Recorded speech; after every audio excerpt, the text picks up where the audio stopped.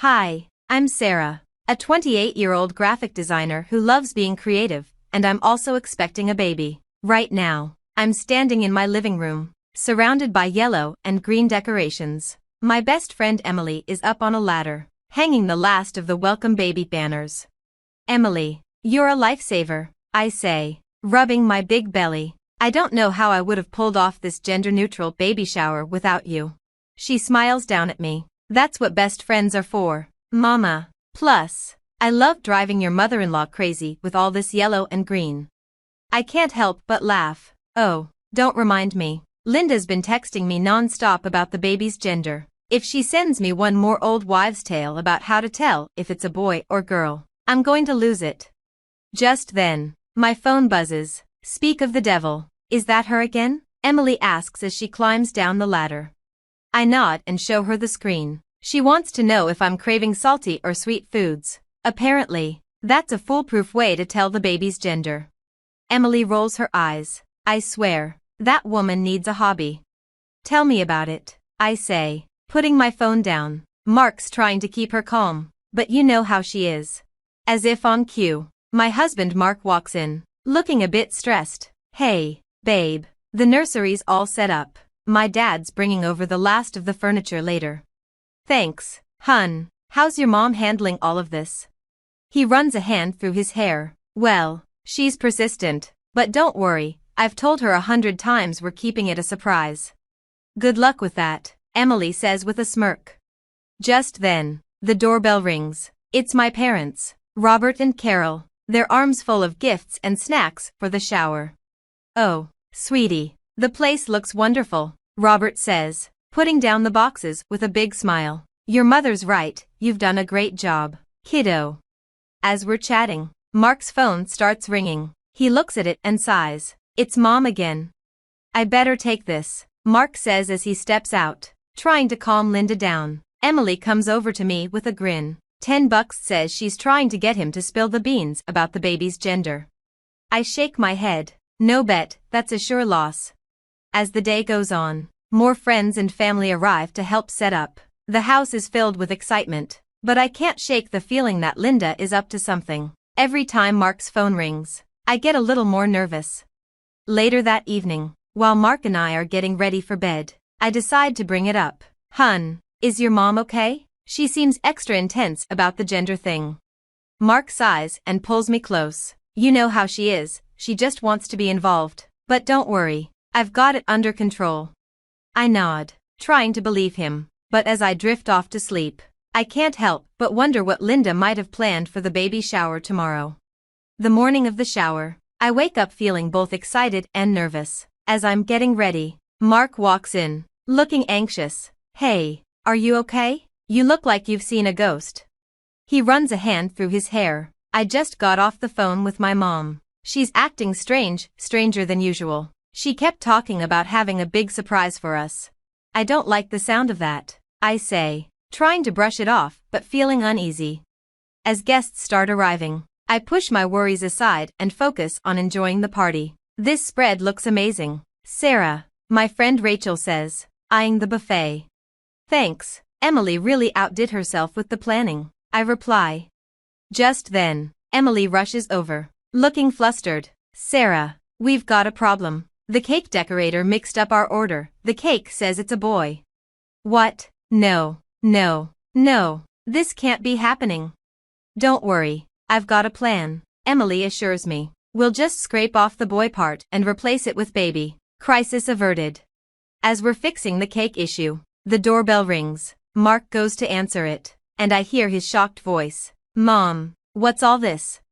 I turn to see Linda barging in, followed by a small group of people I didn't recognize. She was holding a bunch of blue balloons, and a man in a white coat stood beside her. Surprise, darling, Linda sang out. I've brought the party to you. What's going on, Linda? I asked, trying to keep my voice calm. Well, since you two are being so stubborn about keeping the gender a secret, I decided to take matters into my own hands. Everyone, I'd like you to meet Dr. Thompson, a sonogram expert extraordinaire, she announced, gesturing to the man in the white coat, who gave an awkward wave.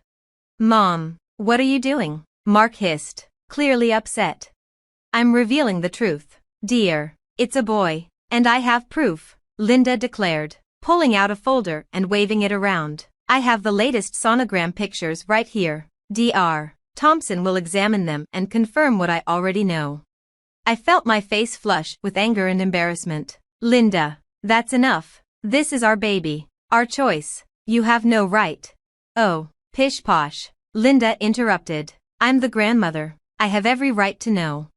Emily quickly stepped in, trying to calm things down. Hey, everyone, why don't we move on to some fun baby shower games? I've got a great one where we guess the baby's birthday. But Linda wasn't having it. She marched over to Dr. Thompson and shoved the folder into his hands. Go on, doctor, tell them what you see. The poor man looked terrified. I'm not sure I should. Of course, you should, Linda insisted. I paid you good money for this. The room gasped, and Mark's face turned pale. You did what? Linda realized her mistake too late. Oh, fine. Yes, I paid him, and I've been talking to your obstetrician too. Sarah, trying to get the truth out of her, but she wouldn't budge, even when I offered her a very generous donation. I felt sick to my stomach. You tried to bribe my doctor. Linda, that's illegal. The room erupted into chaos as Mark started arguing with his mother. How could you do this? Mom, this is a complete violation of our privacy. I was just trying to help. You two are being ridiculous with all this secrecy. I can't take it anymore. Linda shot back. Overwhelmed, I stormed out of the room and locked myself in the nursery. As I sat there, surrounded by the soft yellows and greens we had chosen, I could still hear the commotion continuing outside. This was supposed to be a happy day, but it turned into a complete nightmare. It's been 3 days since the baby shower disaster, and I'm still shaken. I'm sitting at our kitchen table, staring at my phone when Mark walks in. How are you holding up, babe? Honestly, I feel awful. Your mom violated our privacy, possibly broke the law, and ruined what was supposed to be a special day. Mark sighs, running his hands through his hair. I know, and I'm so sorry. I've been trying to talk to her, but she's just not listening. Just then, my phone buzzes. It's Emily. Hey, what's up? Sarah, you're not going to believe this. Remember that Dr. Thompson from the shower? I did some digging. He's not a doctor at all. He's an actor Linda hired. I nearly dropped my phone. Are you serious? How did you find out? I recognized him from a local theater production. I called the theater, and they confirmed it. His real name is Steve Daniels. I relay the information to Mark, and his face turns red with anger. That's it. I'm calling my mom right now. He puts the phone on speaker as Linda answers. Hello, dear. Have you come to your senses about the gender reveal yet? Cut the crap. Mom, we know about the fake doctor. How could you do this? There's a pause before Linda responds, her voice defiant. I did what I had to do. You two were being ridiculous with all this secrecy. I can't hold back anymore. Linda, you had no right. You violated our privacy and potentially broke the law. Oh, please. I'm the grandmother. I have every right to know about my grandchild. Mark's voice is ice cold. No, Mom, you don't. And until you can understand that and apologize, we're going to need some space. He hangs up, leaving a tense silence in the kitchen. I need to file a complaint with the hospital. I say, if she tried to bribe my doctor, who knows what information she might have gotten. Mark nods. I'll go with you. We need to get to the bottom of this. The next day, we're sitting in the hospital administrator's office. The woman across from us looks serious. Mr. and Mrs. Johnson, I want to assure you that we take patient privacy very seriously. We'll conduct a full investigation into this matter. As we're leaving, Mark's phone rings. It's his dad. George, son, we need to talk. Can you and Sarah come over? When we arrive at Mark's childhood home, George looks tired and upset. I'm so sorry, both of you. I have something I need to show you. He leads us to his study and pulls out a box filled with papers. Your mother. This isn't the first time she's done something like this. I've been keeping track over the years. She's always had trouble respecting boundaries, especially when it comes to family. Mark looked stunned. Dad, Why didn't you ever say anything? George sighed. I thought I could manage her behavior, but after what happened at the shower, I realize I've been enabling her. It's time for this to stop. He handed us the box, and inside, we found letters, emails, and even legal documents detailing Linda's past manipulative behavior. There was an incident at your cousin Jenny's wedding, George explained. Linda tried to change the venue without telling anyone because she didn't like the original choice. And when your brother Tom was applying to colleges, she submitted applications in his name to schools he didn't want to attend.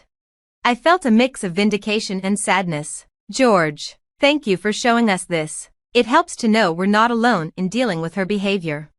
Mark put his arm around me, his voice determined. We're going to get through this, Sarah, together. And we're going to make sure our baby is protected from this kind of manipulation. After reviewing the evidence George gave us, Mark and I sat in our living room, trying to decide our next move. I can't believe it's come to this, but I think we need to take legal action, I said. Mark nodded, looking resolute. You're right, we need to protect our family. I'll call a lawyer first thing tomorrow. The next day, we met with Attorney Johnson in her office. Based on what you've told me, we have grounds for a restraining order and possibly charges for invasion of privacy and harassment, she said. What about the hospital? Shouldn't they be held accountable too? I asked. Let's start with the restraining order against Linda. We'll address the hospital situation separately. A week later, we received a call from the hospital administrator. Mrs. Johnson, we've completed our investigation. I'm deeply sorry to inform you that one of our nurses, under pressure from your mother-in-law, did leak some of your confidential information? I felt my blood boil. What's being done about this? The nurse has been terminated, and we're implementing stricter privacy protocols. We'd like to issue a formal apology and discuss compensation for this breach.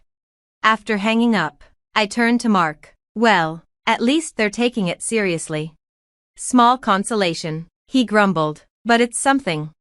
Weeks passed, and finally, we found ourselves in the courtroom. Linda sat at the defendant's table, looking defiant. The judge entered, and the proceedings began. Our lawyer presented the evidence, the fake sonogram expert, the attempted bribery, the leaked medical information, and George's documentation of past incidents. Linda's lawyer tried to paint her actions as those of an overzealous grandmother, but the judge wasn't buying it.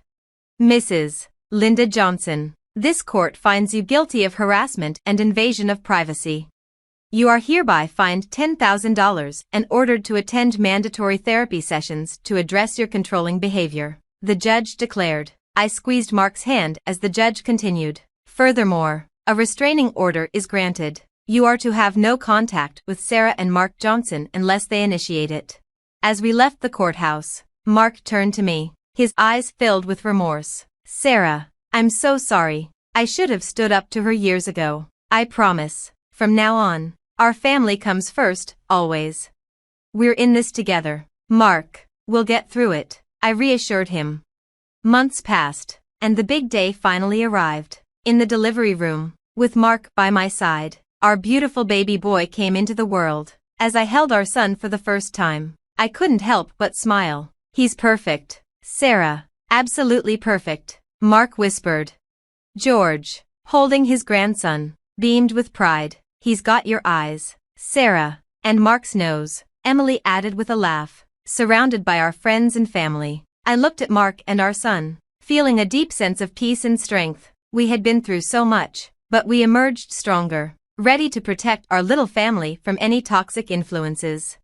Now that our story has come to an end, I have a question for you. If you were in my shoes, would you ever consider forgiving Linda and allowing her back into your child's life? Or do you believe that some actions are truly unforgivable when it comes to protecting your family? Share your thoughts in the comments below. Your experiences and opinions matter and might help others facing similar situations.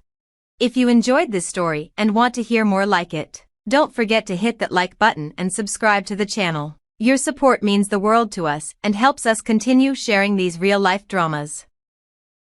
The first sign that my life was imploding came in the form of a credit card statement that wasn't supposed to exist. I found it wedged between the pages of Alejandro's legal briefs while organizing his home office, a task he'd always insisted on doing himself. Until today.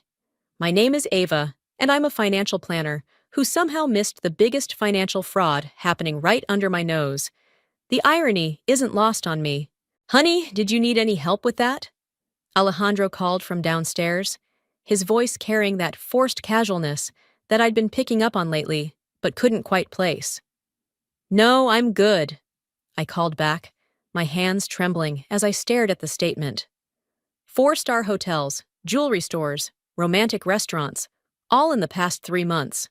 None of them with me. My phone buzzed. A text from Kayla. Still on for lunch tomorrow. Miss you. Haven't seen you in forever.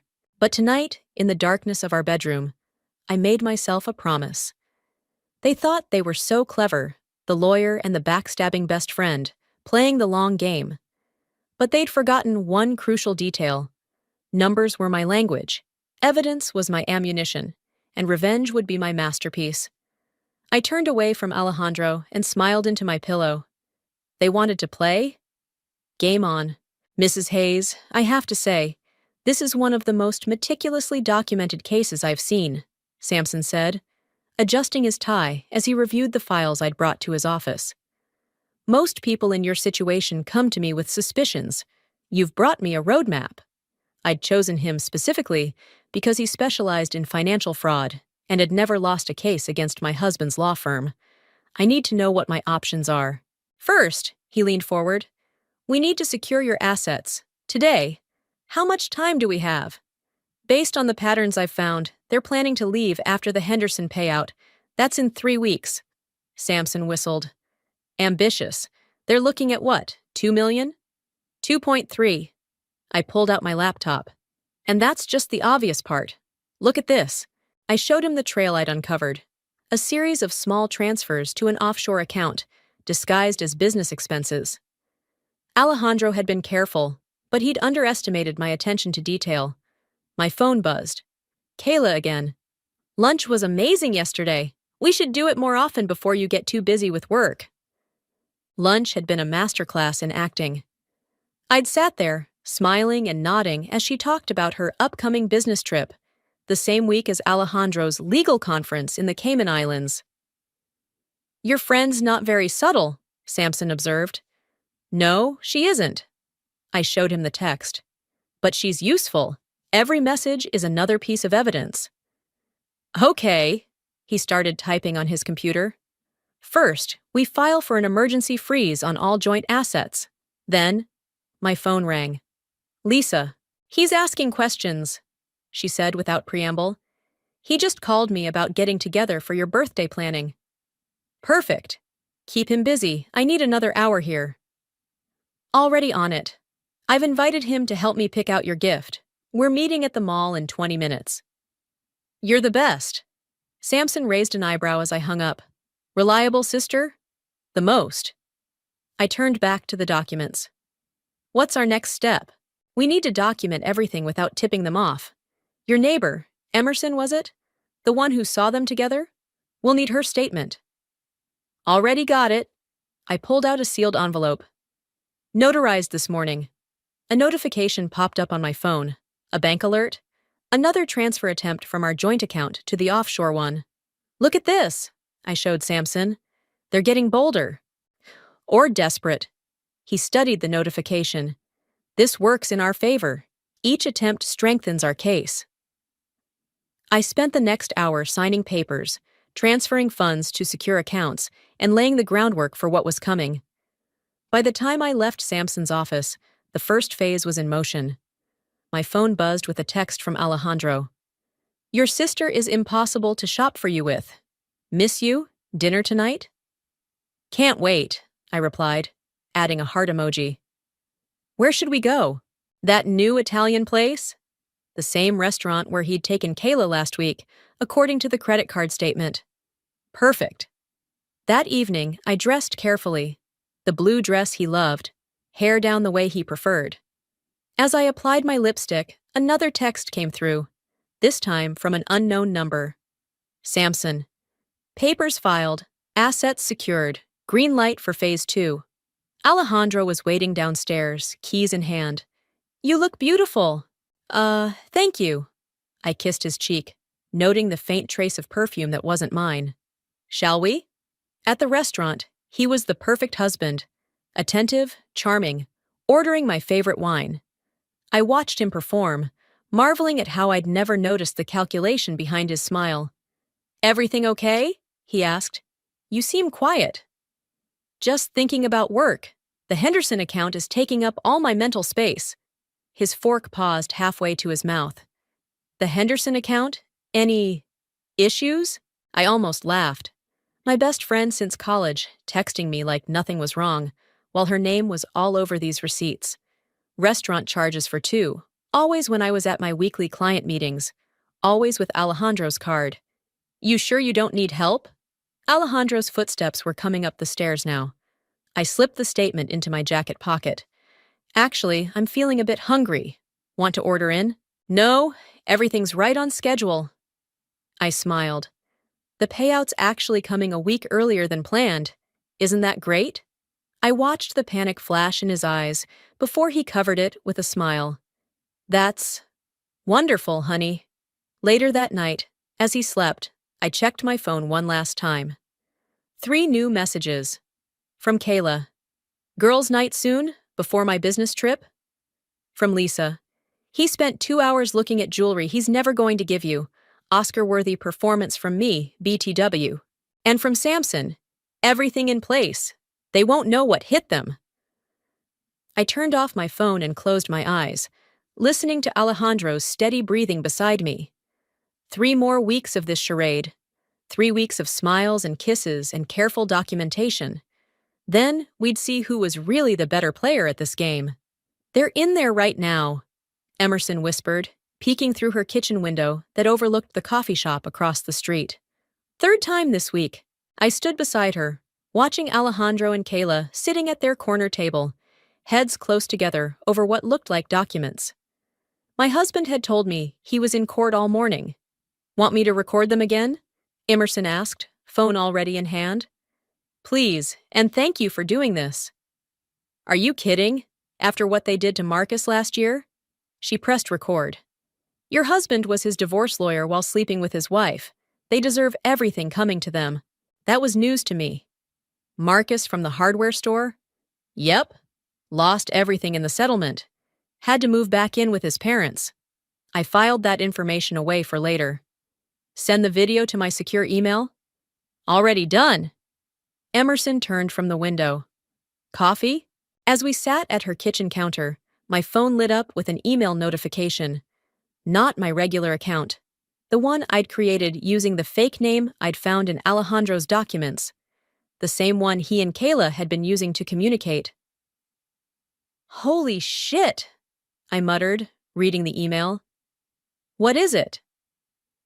"They're not waiting for the Henderson payout. They're moving up their timeline." I showed her the email chain I'd managed to access. "They're leaving next week." "But you said—" "Nah, I know. I fed them false information about an early payout. They took the bait." I grabbed my phone and dialed Samson. "I saw the emails," he said before I could speak. "We're ready. Everything's in place. Move it up, all of it, today." "Today? Ava, are you sure?" Through the window, I watched Kayla laugh at something Alejandro said. "Absolutely sure." After hanging up, I texted Lisa. "It's happening today. You ready?" Her response was immediate. "Born ready, heading to her house now." Emerson touched my arm. "What can I do?" "Keep recording. I need to make a call." I stepped onto her back porch and dialed a number I'd memorized weeks ago. It rang twice. "Mrs. Rodriguez? This is Ava Hayes. About that investment opportunity we discussed. I'm in." Mrs. Rodriguez, Marcus's mother, had been waiting for this call. Within minutes, everything was arranged. Back inside, Emerson was still watching the coffee shop. "They're leaving." I checked my watch. Right on schedule. "Thank you for everything," I told her. "I need to go." "Wait." She grabbed my arm. "There's something else you should know. Last week, when they were here, I overheard them talking about other accounts. Multiple ones." "Show me." She pulled up another video on her phone. The audio was faint, but clear enough. Alejandro and Kayla discussing account numbers, dates, amounts, all carefully documented by my vigilant neighbor. Send it to Samson, I said, already heading for the door. And Emerson, when this is over, I'm buying you a better camera. I drove to my office, where my team had been prepped for weeks. They knew what to do without me having to say a word. As I walked in, Sarah from accounting handed me a stack of papers. All the transfers are flagged, she said. Every single one. Perfect. I sat at my desk and opened my laptop. Let's begin. The next few hours were a blur of phone calls, emails, and document signing. By 3 o'clock, everything was in position. My phone buzzed. Lisa. In position at Kayla's. You won't believe what I found. Another buzz. Samson. Court order secured, standing by. And then, right on cue, Alejandro. Working late tonight, honey. Big case. I smiled at my phone. No problem, I'll be working late too. The Henderson account needs attention. He appeared in the doorway, handsome as ever in his casual weekend wear. I have that dinner meeting tonight, remember? The Morrison case? Right, of course. I smiled, wondering if the Morrison case had perfect blonde hair and wore the perfume I'd gifted Kayla last Christmas. No problem, I'll heat up some leftovers. His response came quickly. Don't work too hard. Love you. I put my phone down and looked at the time. In about an hour, Alejandro would discover that his access to our accounts had been revoked. Shortly after that, he'd learn about the court order freezing all assets, including the ones he thought I didn't know about. And Kayla? By now, Lisa would have gathered enough evidence from her house to destroy any chance of them claiming innocence. My phone rang again. This time, it was Marcus. Mom told me what's happening, he said. Thank you. Don't thank me yet. No, you don't understand. After what they did, just thank you. I ended the call and stood up, walking to my office window. Across the street, I could see Alejandro's law firm. Any minute now, he'd be getting a very interesting package of documents. My phone buzzed one final time. Samson. It's done. Ready when you are. I grabbed my coat and headed for the door. Time to go watch their world burn. The first call came exactly 17 minutes after the documents were delivered. I watched my phone vibrate across my desk, Alejandro's face lighting up the screen. I let it ring. He's trying to access the Henderson account, Sarah reported from her computer. System's denying him. My phone buzzed again. Kayla this time. Ava, please call me, it's urgent. The office door burst open. Lisa strode in, holding up a USB drive like a trophy. You're not going to believe what I found at Kayla's place. Tell me. Not just your accounts. She plugged the drive into my computer. They've done this before, 3 times. Different cities, different victims, always the same pattern. Photos filled my screen. Documents, bank statements, letters. A systematic trail of destruction across state lines. My phone kept buzzing. Alejandro, Kayla, Alejandro again. Ms. Hayes?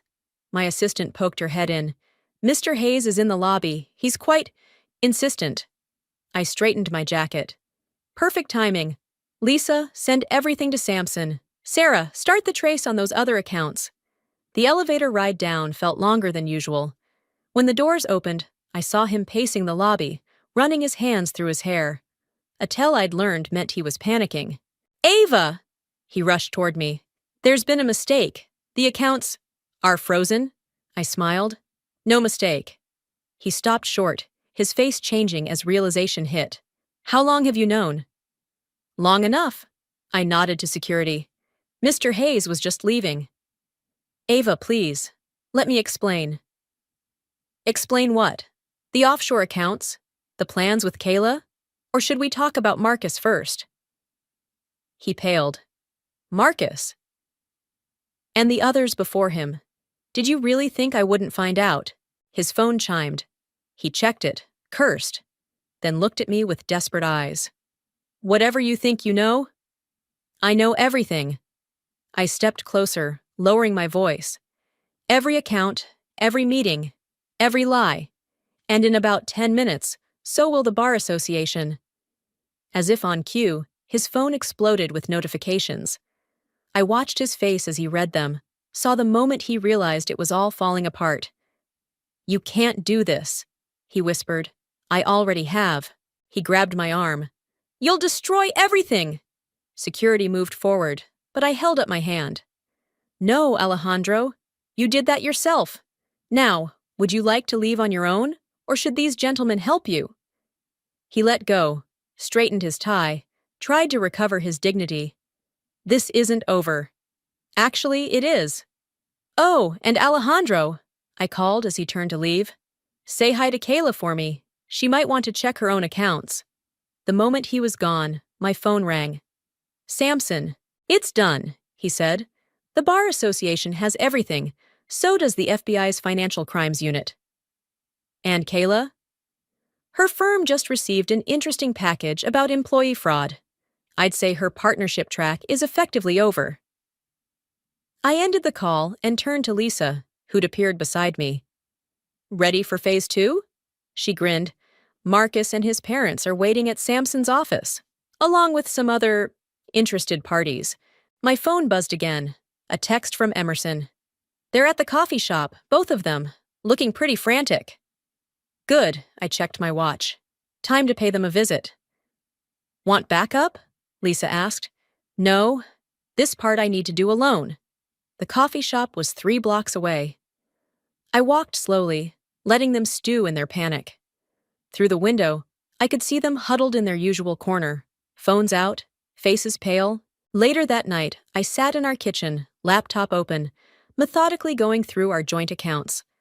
12 years of marriage, and I trusted him to handle our personal finances while I managed everyone else's money. Another bitter irony. My phone rang. It was Lisa, my sister. Hey, what's up? I tried to keep my voice steady. Ava, are you okay? You sound weird. I hesitated. Lisa had never liked Alejandro. Can you come over? The bell chimed as I pushed open the door. They both looked up, and for a moment, nobody moved.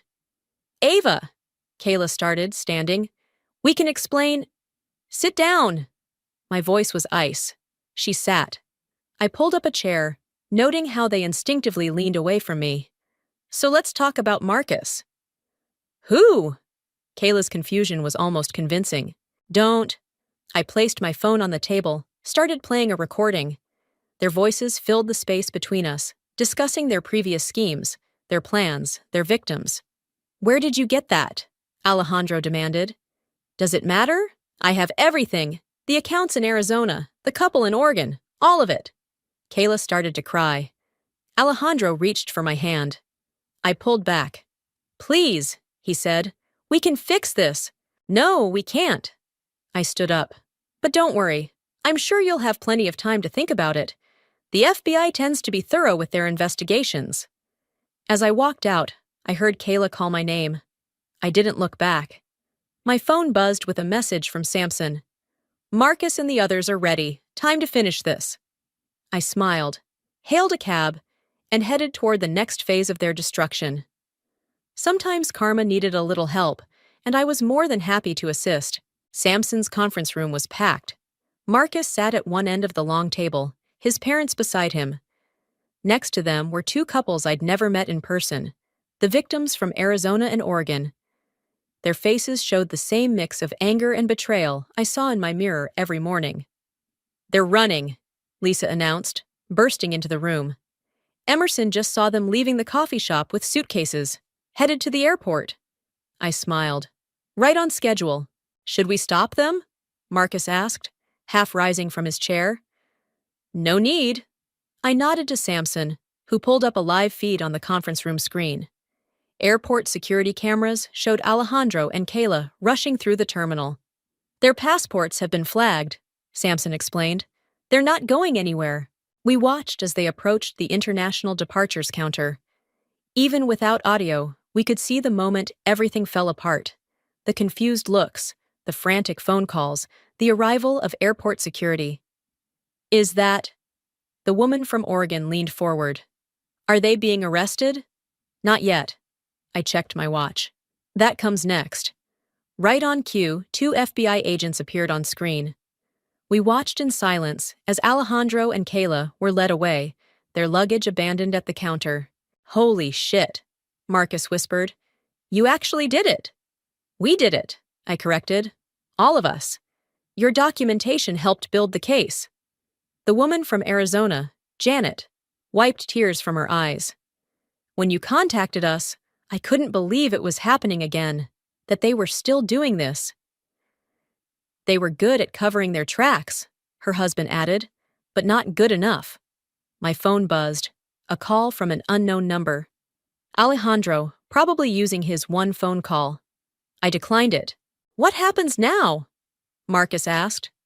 Samson stood up, straightening his tie. Now we move forward with the civil suits. Ms. Hayes has already agreed to testify about their financial schemes. With the evidence we've gathered, plus their attempted flight, we have an extremely strong case. And the criminal charges? Marcus's father leaned forward. FBI's handling those. Wire fraud across state lines, conspiracy, multiple counts of financial fraud. They're looking at serious time. Another buzz from my phone. Kayla this time, using her call to send a text. Please, Ava, don't do this. We can work something out. I showed the message to Lisa, who snorted. The audacity. I have something you all need to see, I said, pulling out my laptop. Lisa found this at Kayla's house. It's their playbook. Detailed notes on how they selected their targets, how they manipulated accounts, everything. The room fell silent as I played the video files. Secret recordings Kayla had kept as insurance against Alejandro. Hours of them planning their schemes, laughing about their victims, counting their stolen money. Turn it off, Janet whispered. I can't watch anymore. I closed the laptop. I'm sorry, I know this is difficult, but we needed you to see who they really are. What about our money? The Oregon husband, David, asked quietly. 20 minutes later, we sat at my kitchen island. The evidence spread out before us. That lying, cheating bastard, Lisa whispered, scanning the documents. And Kayla? Your Kayla? I'll kill them both.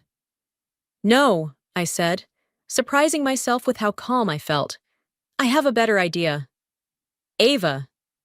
Did you know, I said, pulling up our investment portfolio, that Alejandro gave me power of attorney over all our accounts last year? He said it was easier since I'm the financial expert. Already traced, Samson replied. Once the FBI finishes their investigation, we can begin recovery proceedings. Ms. Hayes has already offered to help navigate the financial aspects. My phone buzzed again. This time, it was Emerson. Their families are at your house, looking pretty angry. Let them be angry, I texted back. The security cameras will catch everything. The conference room door opened, and an FBI agent stepped in. We're ready for your statements now. Who'd like to go first? One by one, they left to tell their stories. I stayed behind with Lisa, watching the airport footage loop on the screen. You okay? She asked softly. Better than okay. I turned to her. But there's one more thing we need to do. What's that?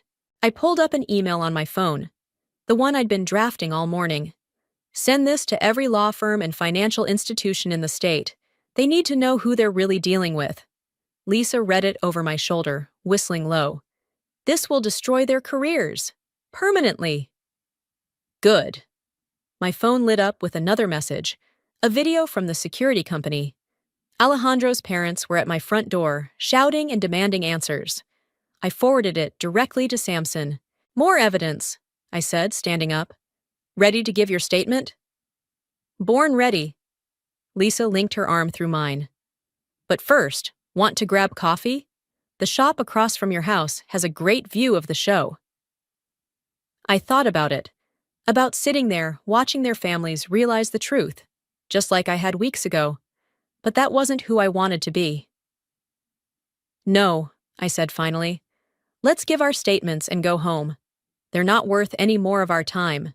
We walked out of the conference room, leaving the airport footage playing behind us. On screen, Alejandro and Kayla were led away in handcuffs, their perfect escape plan in ruins. Sometimes karma needed a push, and sometimes that push came with handcuffs and an FBI escort. The preliminary hearing was set for a crisp Monday morning. I sat in Samson's office, watching him review the final documents while Lisa paced behind me. "They're offering a deal," Sampson said, sliding a paper across his desk. "Full restitution to all victims, written confessions, in exchange for reduced charges." "They're desperate," Lisa scoffed. "They know they're screwed." My phone lit up with a message from Marcus. "Just got the call about the deal. What should we do?" Before I could respond, Sampson's assistant burst in. "Mr. Hayes is here. Says he needs to speak with Ms. Hayes immediately." "No," Lisa started, but I held up my hand. "Let him in." Alejandro looked different after a week in custody. Rumpled suit, unshaven face, dark circles under his eyes. The swagger was gone. "5 minutes," he said, glancing nervously at Sampson. "Alone." "Absolutely not," Lisa snapped. "It's okay," I said, standing. "We'll use the conference room, with the cameras." Once inside, Alejandro slumped into a chair. "You have to help me." "I don't have to do anything." "Oh, Ava, please. They're talking about serious time, years. And Kayla, she's turning on me." I laughed. "Of course she is. That's what happens when you build a relationship on lies." "It wasn't all lies." He reached for my hand across the table. I pulled back. "What we had was a fraud." I pushed the deal papers toward him. "Like everything else about you. I'll sign whatever you want. Give back everything. Just help me make this go away." "Make it go away?" I leaned forward. "Like you did with Marcus, or Janet and David?" He flinched. "You don't understand." "I understand perfectly. You and Kayla had a system. Find successful, trusting people. Infiltrate their lives. Steal everything. Move on." I stood up. "But you got sloppy. Got too confident." "What do you want?" His voice cracked. "Name your price." "I want you to look at this." I pulled out my phone, showed him the video Lisa had found, him and Kayla laughing about their victims, planning their next moves. "Where did you get that?" "Your precious Kayla kept receipts. Lots of them. Insurance, she called it." The color drained from his face. "She recorded everything?" "Everything." I put my phone away. "The FBI has it all now. So does the Bar Association. And tomorrow, the court will have it too." Lisa's eyes widened. "Oh my God. They've been planning this for months. Look at these transfers. Small enough to fly under the radar, but they add up. They're planning to leave." I showed her the pattern I'd discovered. "Next month, probably, after the Henderson account pays out."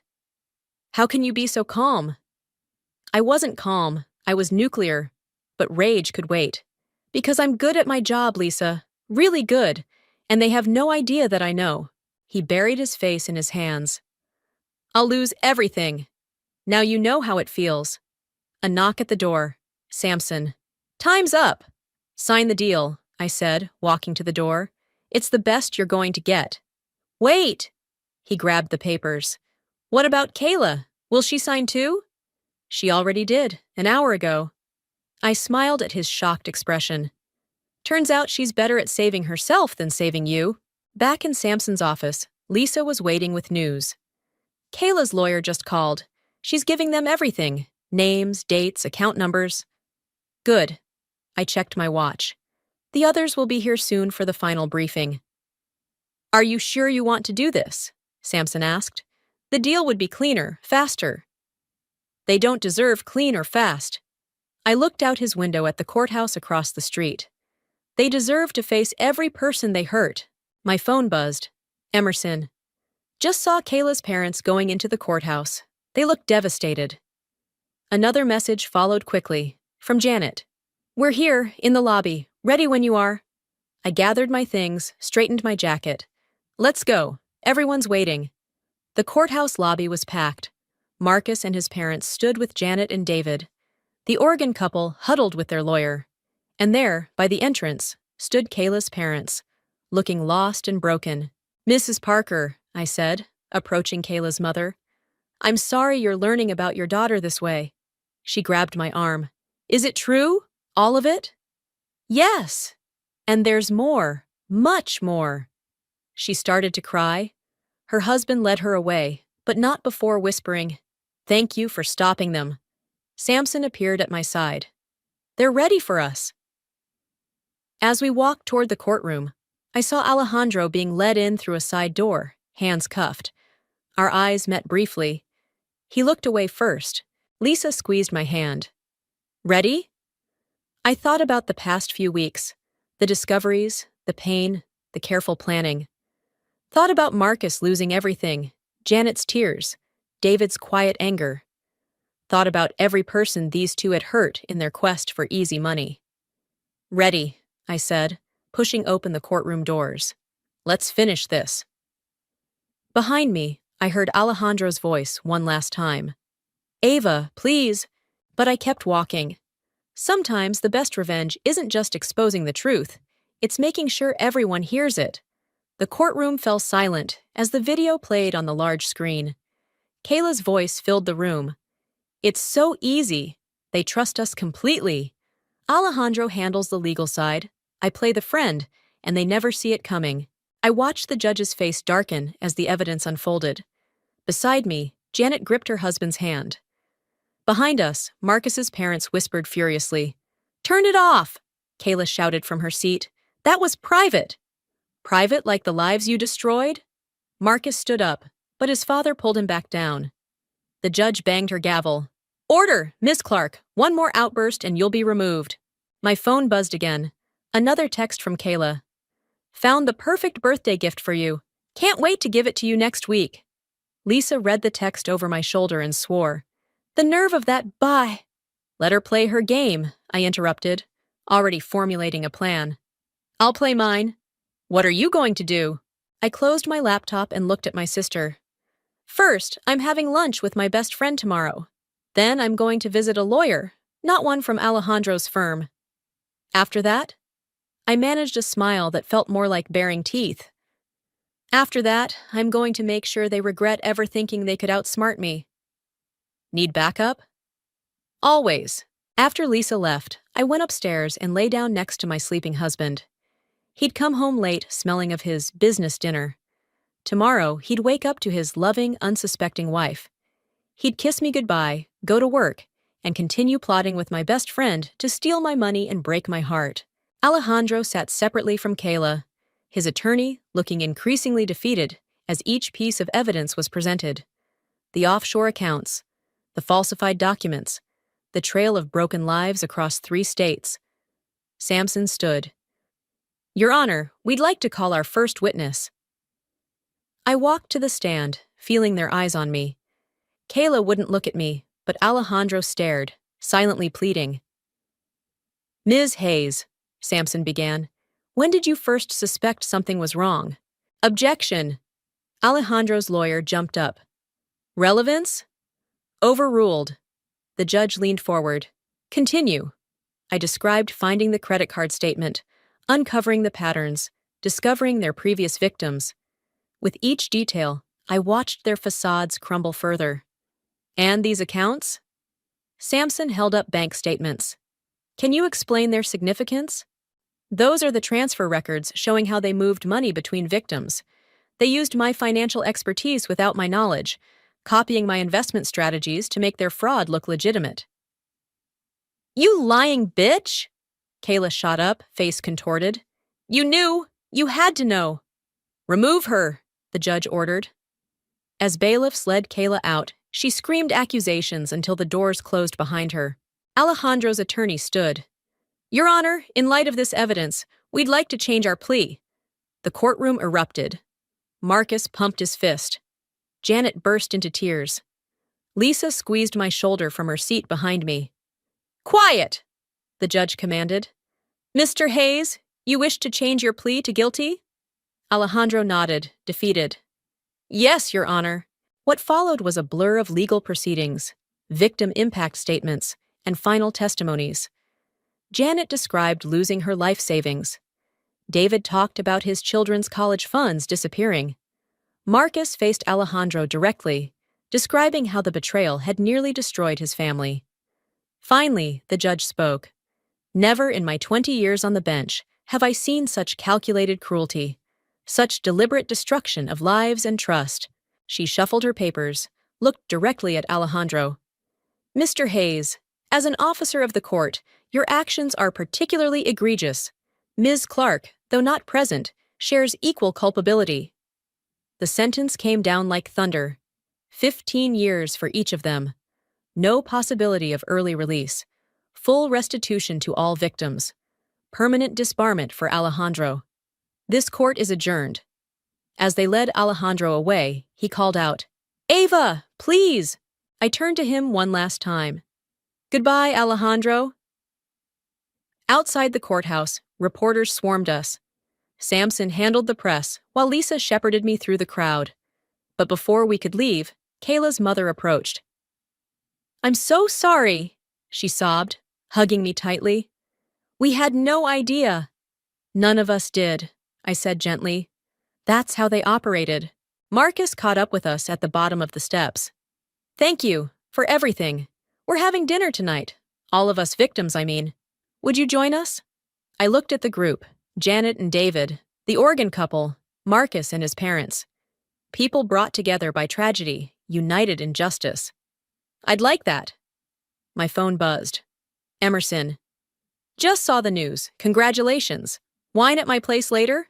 Before I could reply, another message came through, from an unknown number. A text from Kayla's prison phone. "You'll regret this. We were friends." Lisa read it over my shoulder. "Want me to handle it?" "No need." I blocked the number. Some friendships aren't worth keeping.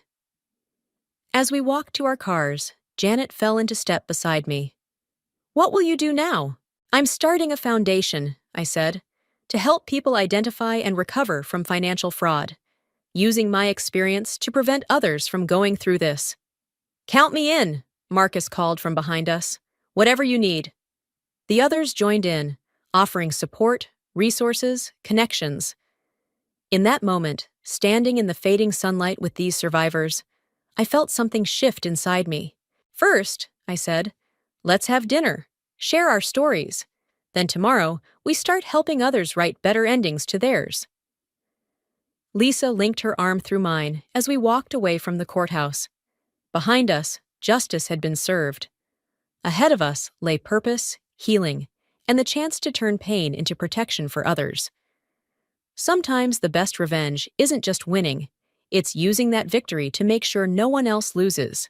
And that's how financial predators operate, I concluded, facing the packed auditorium. They don't look like criminals. They look like your friends, your spouse, your trusted advisors.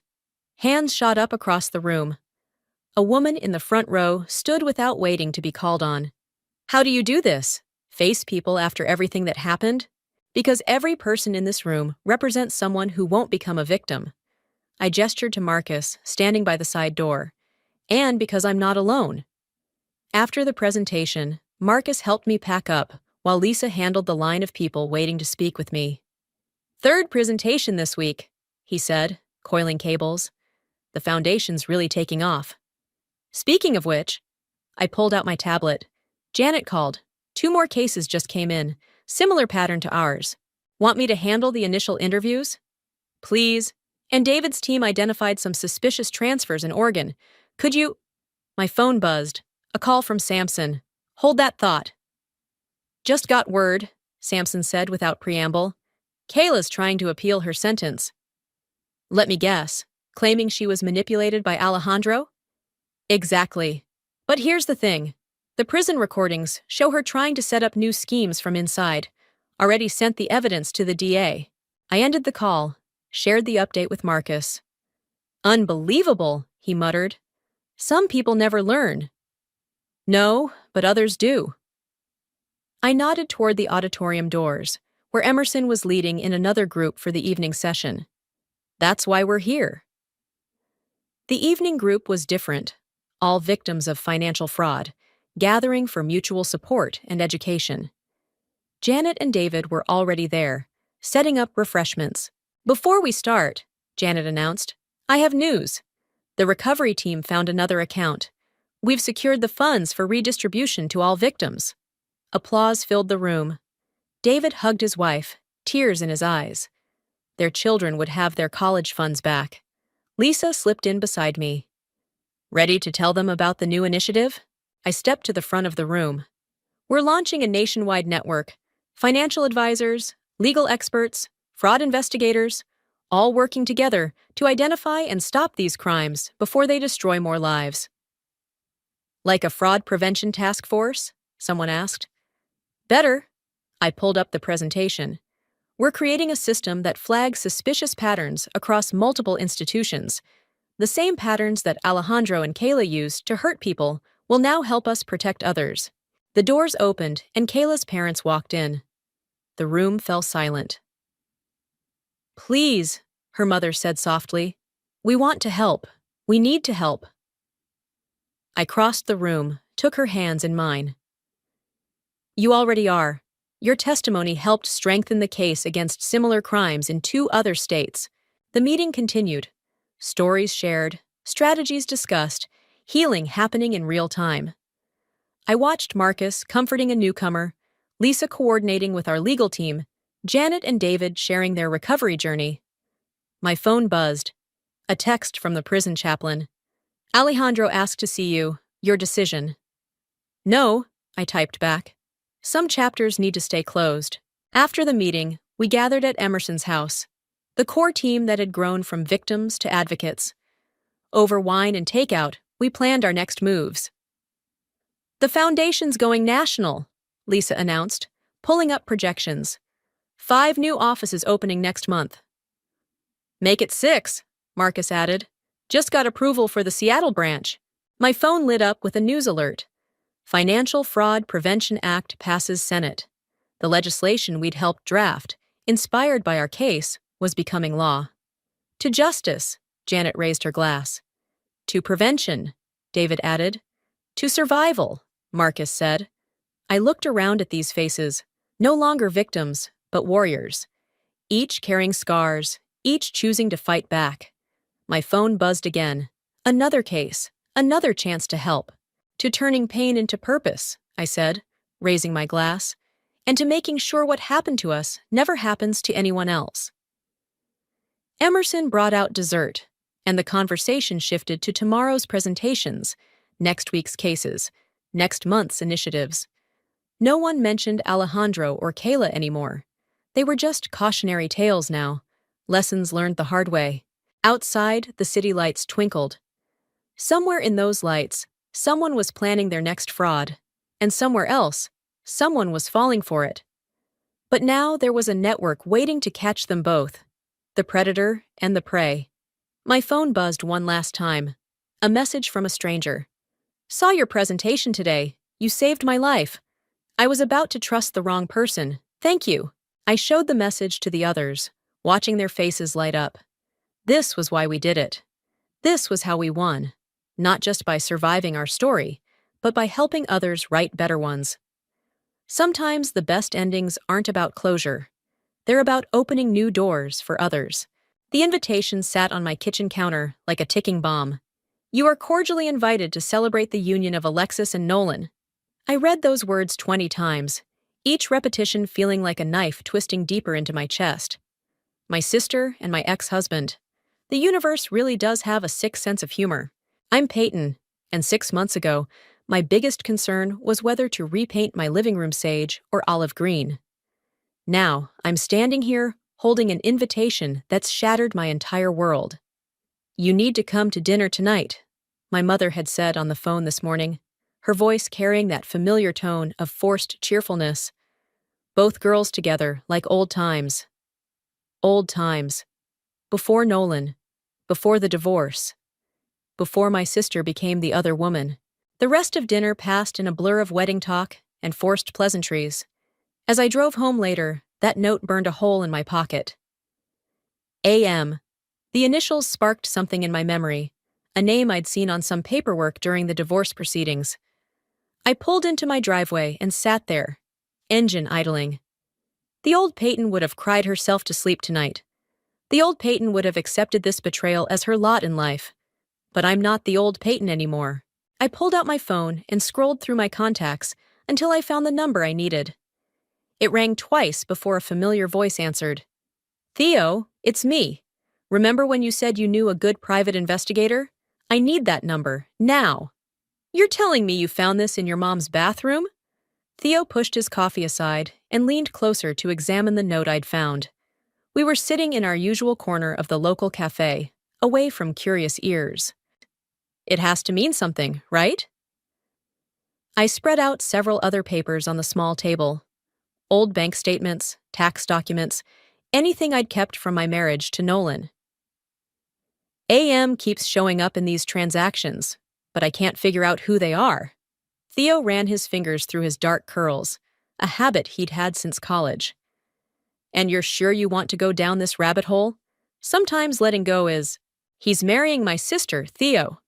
I cut him off, my voice sharper than intended. This isn't about letting go anymore. This is about protecting her from whatever he's planning. Okay. He held up his hands in surrender. I'll text you Manuel's number. He's the best PI I know, but he's intense. My phone buzzed with the contact. I stepped outside to make the call, pacing the sidewalk as it rang. Manuel Kelly, a gruff voice answered. Hi, I'm Peyton. Theo gave me your number. I need help investigating someone.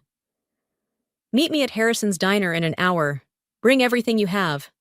He hung up before I could respond.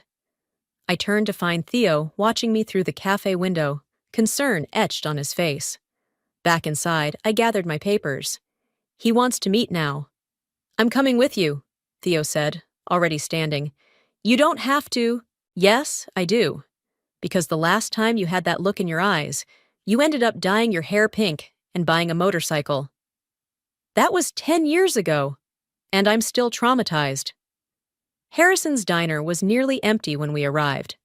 Manuel was easy to spot, a compact man with sharp eyes and a laptop that had seen better days. He gestured us over, without looking up from his screen. Show me what you've got, he said as we slid into the booth.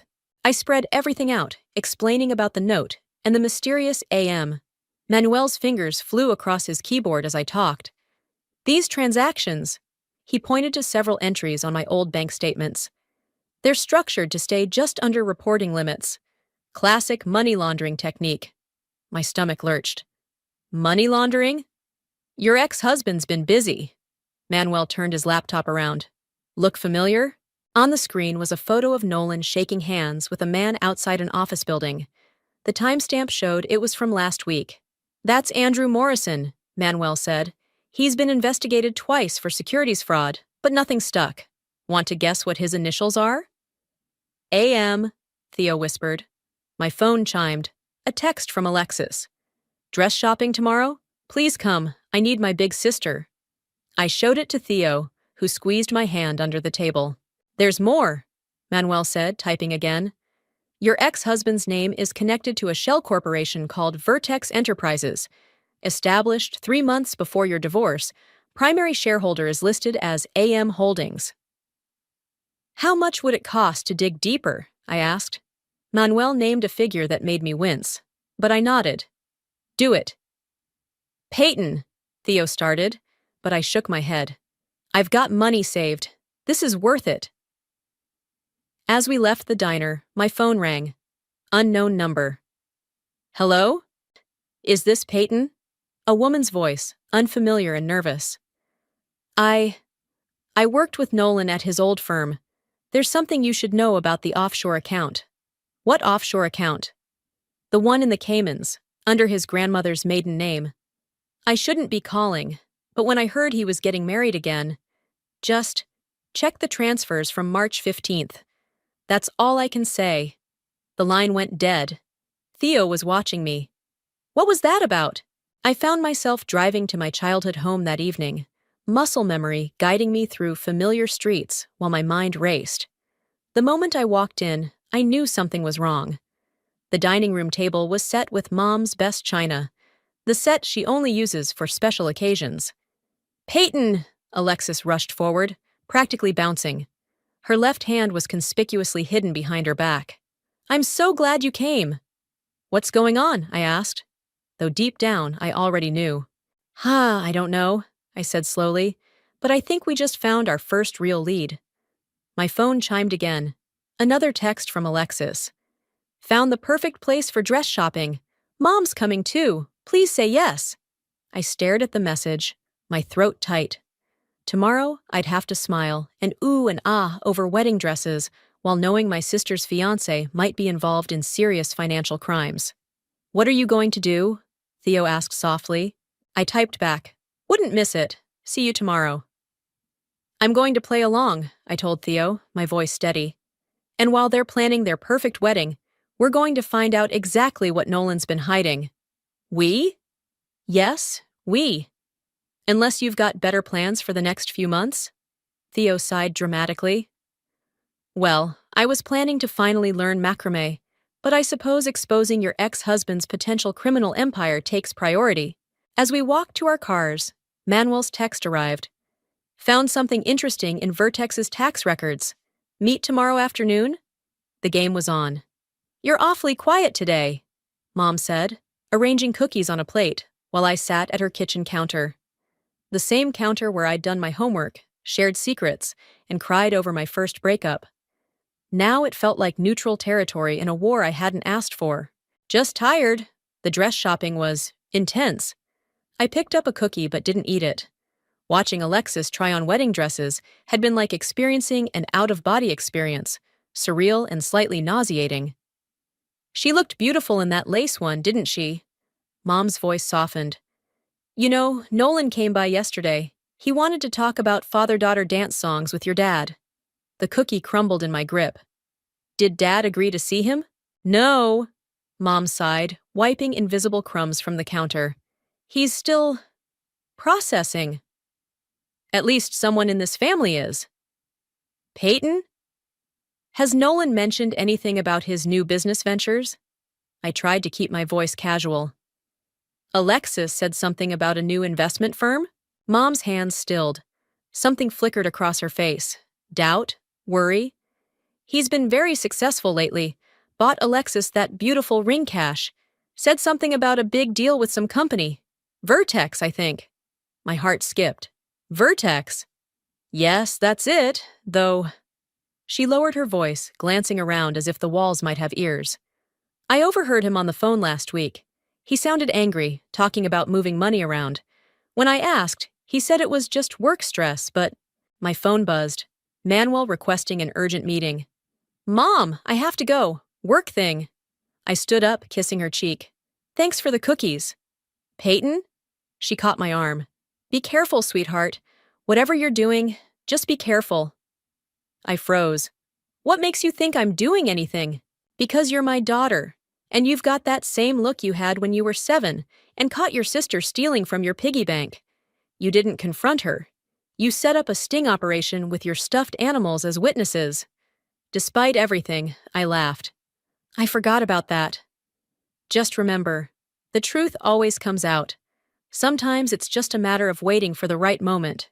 20 minutes later, I walked into Manuel's office, a small space above a laundromat that smelled faintly of fabric softener. Theo was already there, looking at something on Manuel's computer. Show her, Theo said without looking up. Manuel turned his monitor. Meet Andrew Morrison's wife, Amanda Morrison. The photo showed an elegant woman at a charity gala. Standing next to her was Nolan, his hand on her lower back, far too intimate for a business relationship. When was this taken? 2 months before your divorce. The pieces started falling into place. AM wasn't just Andrew Morrison, it was Amanda too. There's more, Manuel said, pulling up financial records. Vertex Enterprises has been moving large sums through various accounts. The pattern suggests they're collecting investments for a non-existent fund. A Ponzi scheme, Theo explained, seeing my confusion. And my sister's about to marry into it. I sank into a chair. How much money are we talking about? Mom appeared from the kitchen, wiping her hands on her apron. Sit down, honey. We're just waiting for one more person. The doorbell rang, and my stomach dropped. I heard his voice before I saw him. That smooth, confident tone that once made my knees weak. Now it just made me nauseous. Millions. Manuel's expression was grim. And based on these transactions, they're getting ready for something big. The wedding might be a cover, a way to appear stable and trustworthy to potential investors. My phone lit up with a text from Alexis. Nolan's planning a surprise engagement party next week.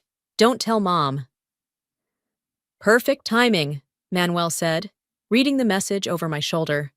Large gatherings of wealthy potential investors. We need concrete proof before then, I said. Something undeniable. Already working on it. Manuel pulled up another window. Remember that offshore account tip? Found it. The transactions on March 15th were interesting. Large transfers to an account belonging to one Amanda Morrison. The wife? Theo leaned forward. Why would Nolan be sending her money? Blackmail, maybe? I suggested. Or paying for silence? My phone buzzed again. Mom this time. Found something odd in the attic. Old papers of Nolan's from when you were married. Should I keep them? Tell her yes, Manuel said quickly. Those could be important. As I typed my response, another message came through. This one from an unknown number. Engagement party, back room of Morrison's office, 8 p.m., bring proof. Amanda, I breathed. It has to be. It's a trap, Theo warned. Or it's our chance. I looked at Manuel. Can you get me everything you have by next week? He nodded slowly. It'll cost extra for the rush. Do it. I stood up, suddenly energized. Theo, I need you to be my +1 at an engagement party. Wouldn't miss it. He grinned. Should I wear my I'm with the whistleblower t-shirt? For the first time in weeks, I felt like I was standing on solid ground. The truth was coming together, piece by piece. Now I just had to survive an engagement party long enough to expose it. Are you sure about this? Theo adjusted his tie as we sat in my car outside the upscale restaurant where the engagement party was being held. The manila envelope on my lap felt heavier than it should. No, I admitted, checking my lipstick in the rearview mirror. But we're doing it anyway. The valet took my keys, and we walked into LeBlanc, where Nolan had proposed to me 4 years ago. The irony wasn't lost on me. Peyton! Alexis rushed over, champagne in hand. You came, and you brought Theo. She hugged us both, the diamond ring on her finger catching the light. Nolan's just finishing up a business call. Come meet everyone. She dragged us through the crowd of well-dressed guests. I recognized several faces from Nolan's old firm, plus a few new ones who must be Vertex investors. Andrew Morrison stood near the bar, his wife Amanda beside him in a red dress that probably cost more than my car. 8 o'clock, Amanda mouthed when our eyes met, gesturing subtly toward a hallway. I need some air, I told Theo, patting the envelope hidden in my clutch. Cover for me? Be careful, he whispered, then loudly said, Don't forget your jacket in the car. I slipped down the hallway, following the signs to Morrison's private office. The door was unlocked. Amanda stood by the window, drinking straight from a bottle of expensive scotch. Close the door, she said without turning around. I did. Why help me? Because your sister isn't the only one being played. She turned, mascara slightly smudged. Show me what you have. I pulled out Manuel's documents. Bank transfers, shell companies, proof of the Ponzi scheme. But you already knew about that, didn't you? I knew something was wrong when Andrew started moving our personal assets offshore. She picked up the papers with manicured hands. Then I found out about Nolan and the others. Others? You think you were his first wife? Or that Alexis is his first affair? She laughed bitterly. It's their pattern. Find wealthy women, marry them, gain access to their family's money and connections, then divorce, hide the assets, and move on to the next target. My blood ran cold. Alexis doesn't have any money. Sorry, I'm late, Nolan said, stepping into the dining room. He looked exactly the same. Tall, well-dressed, with that perfectly maintained stubble that had once driven me wild. His eyes met mine for a brief moment before darting away. Now that everyone's here, Alexis practically squealed, finally bringing her left hand forward. The diamond caught the light, making me flinch. We're engaged! No, but your parents do. That trust fund they set up for your father's retirement? The one that matures next month? Amanda took another drink. Nolan's been forging documents to gain access. The wedding is just a formality. The door opened. Nolan stood there, his charming smile firmly in place. I thought I might find you here. Nolan, Amanda started. Save it. He closed the door behind him. Peyton, crashing your sister's engagement party? That's low, even for you. Not as low as stealing from my family. I grabbed the documents from Amanda. It's over, Nolan. I have proof of everything. Do you? He stepped closer. Because all I see is my bitter ex-wife conspiring with my business partner's alcoholic spouse to ruin her own sister's happiness. Who do you think people will believe? I found the note, I said, in Mom's bathroom, about the transfers with AM. Something flickered in his eyes. One cryptic note proves nothing, but the offshore accounts do, and the forged documents, and the other wives. You're bluffing. Try me. I pulled out my phone. One call to the SEC, and it all comes crashing down. He moved faster than I expected, grabbing my wrist. You have no idea what you're dealing with. Let her go. Theo stood in the doorway, phone raised. I've been recording everything. One wrong move, and this goes live to every guest out there. Nolan released me, straightening his tie. This isn't over. Actually, it is. Amanda stepped forward. Because I've been wearing a wire for the FBI for the past month. They have everything they need. The color drained from Nolan's face. In the distance, we could hear commotion from the main room. That would be the federal agents, Amanda said, suddenly sober. They're probably talking to Andrew right now. Nolan bolted for the door, but Theo blocked his path. Going somewhere? 2 FBI agents appeared behind Theo. Mr. Nolan, we need you to come with us. As they led him away, I turned to Amanda. Why didn't you tell me about the FBI? Couldn't risk it. Needed your investigation to play out naturally. She smiled sadly. Besides, I figured you deserved your own shot at justice. We walked back to the main room together. Alexis stood in the center, tears streaming down her face as agents interviewed guests. When she saw me, her expression crumpled. Did you know? She whispered. About all of this? I handed her the envelope. I was trying to protect you. She stared at the documents, then at me, then back at the chaos around us. I need a drink.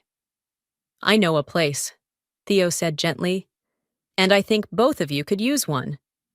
As we left the restaurant, I glanced back at the scene we'd created. Sometimes I realized the best revenge isn't about getting even. It's about exposing the truth, no matter how much it hurts. He's out on bail! Theo's voice crackled through my phone speaker 3 days after the engagement party. Manuel just called. Nolan's lawyers worked fast. I gripped my steering wheel tighter, watching Alexis's apartment building through my windshield. Does she know? Not yet. Where are you? Outside her place. She's been dodging my calls. Peyton, maybe give her some space. A tap on my window made me jump. Alexis stood there, arms crossed, looking like she hadn't slept in days. I hung up on Theo and got out of the car. Stalking me now? She asked. We need to talk. About how you ruined my life? Or about how you humiliated me in front of everyone I know? About how Nolan's out on bail? That got her attention. She glanced around the parking lot, suddenly nervous. Come inside.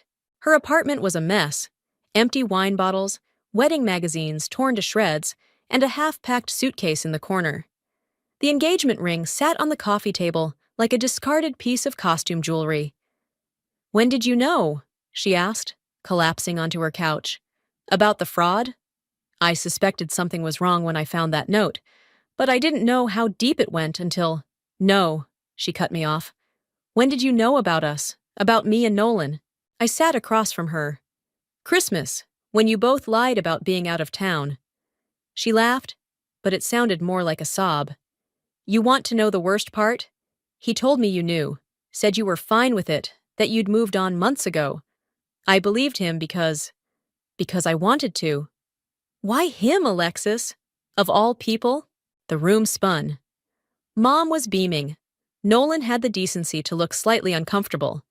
Alexis kept talking, but her words became white noise.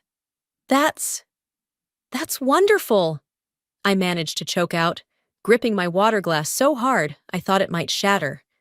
We wanted you to be the first to know, Alexis said, reaching for Nolan's hand across the table. You're my sister, Pei. Your blessing means everything to me. Because he was yours! She exploded, standing up. Your perfect husband, your perfect life. Do you know what it's like being the screw-up sister? The one who can't hold down a relationship or a job? The one mom's always worried about? Is that what you think? That my life was perfect? I stood too, anger finally breaking through. He cheated on me with 3 different women before you. He emptied our joint accounts. He made me feel crazy for suspecting anything. I didn't know, she whispered, about the other women, about any of it. Because you didn't want to know. The words came out harsher than intended. My phone buzzed. A text from Manuel.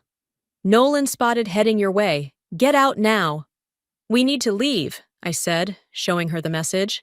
I'm not going anywhere with you. Alexis, please. A knock at the door made us both freeze. Alexis! Nolan's voice. Baby, I can explain everything. Alexis moved toward the door, but I grabbed her arm. Don't. Let go of me. He's using you to get to Mom and Dad's trust fund. The wedding was just a cover. The knocking got louder. I know you're in there, both of you. We need to talk. Alexis yanked her arm free. Maybe I want to hear his side. His side? The FBI has recordings, bank statements, testimonies from other women he's scammed. What more do you need? You don't understand, she said, tears streaming down her face. I love him. No, you love who you thought he was, just like I did. The door handle jiggled. Nolan must have kept a key. I grabbed Alexis's hand. Fire escape, now! For a moment, I thought she'd refuse. Then the door started to open, and she ran with me to the window. We climbed out just as Nolan entered the apartment. Alexis! He called after us. Don't listen to her. She's trying to turn you against me. We clattered down the metal stairs, my heels making too much noise. I could hear him following. My car's around the corner, I panted. Wait. Alexis stopped suddenly. The ring. I left it inside. Seriously? It's evidence, isn't it, of the fraud? I stared at my sister, really looked at her, and for the first time in months, I saw the sharp, clever girl I grew up with. Back entrance, she said.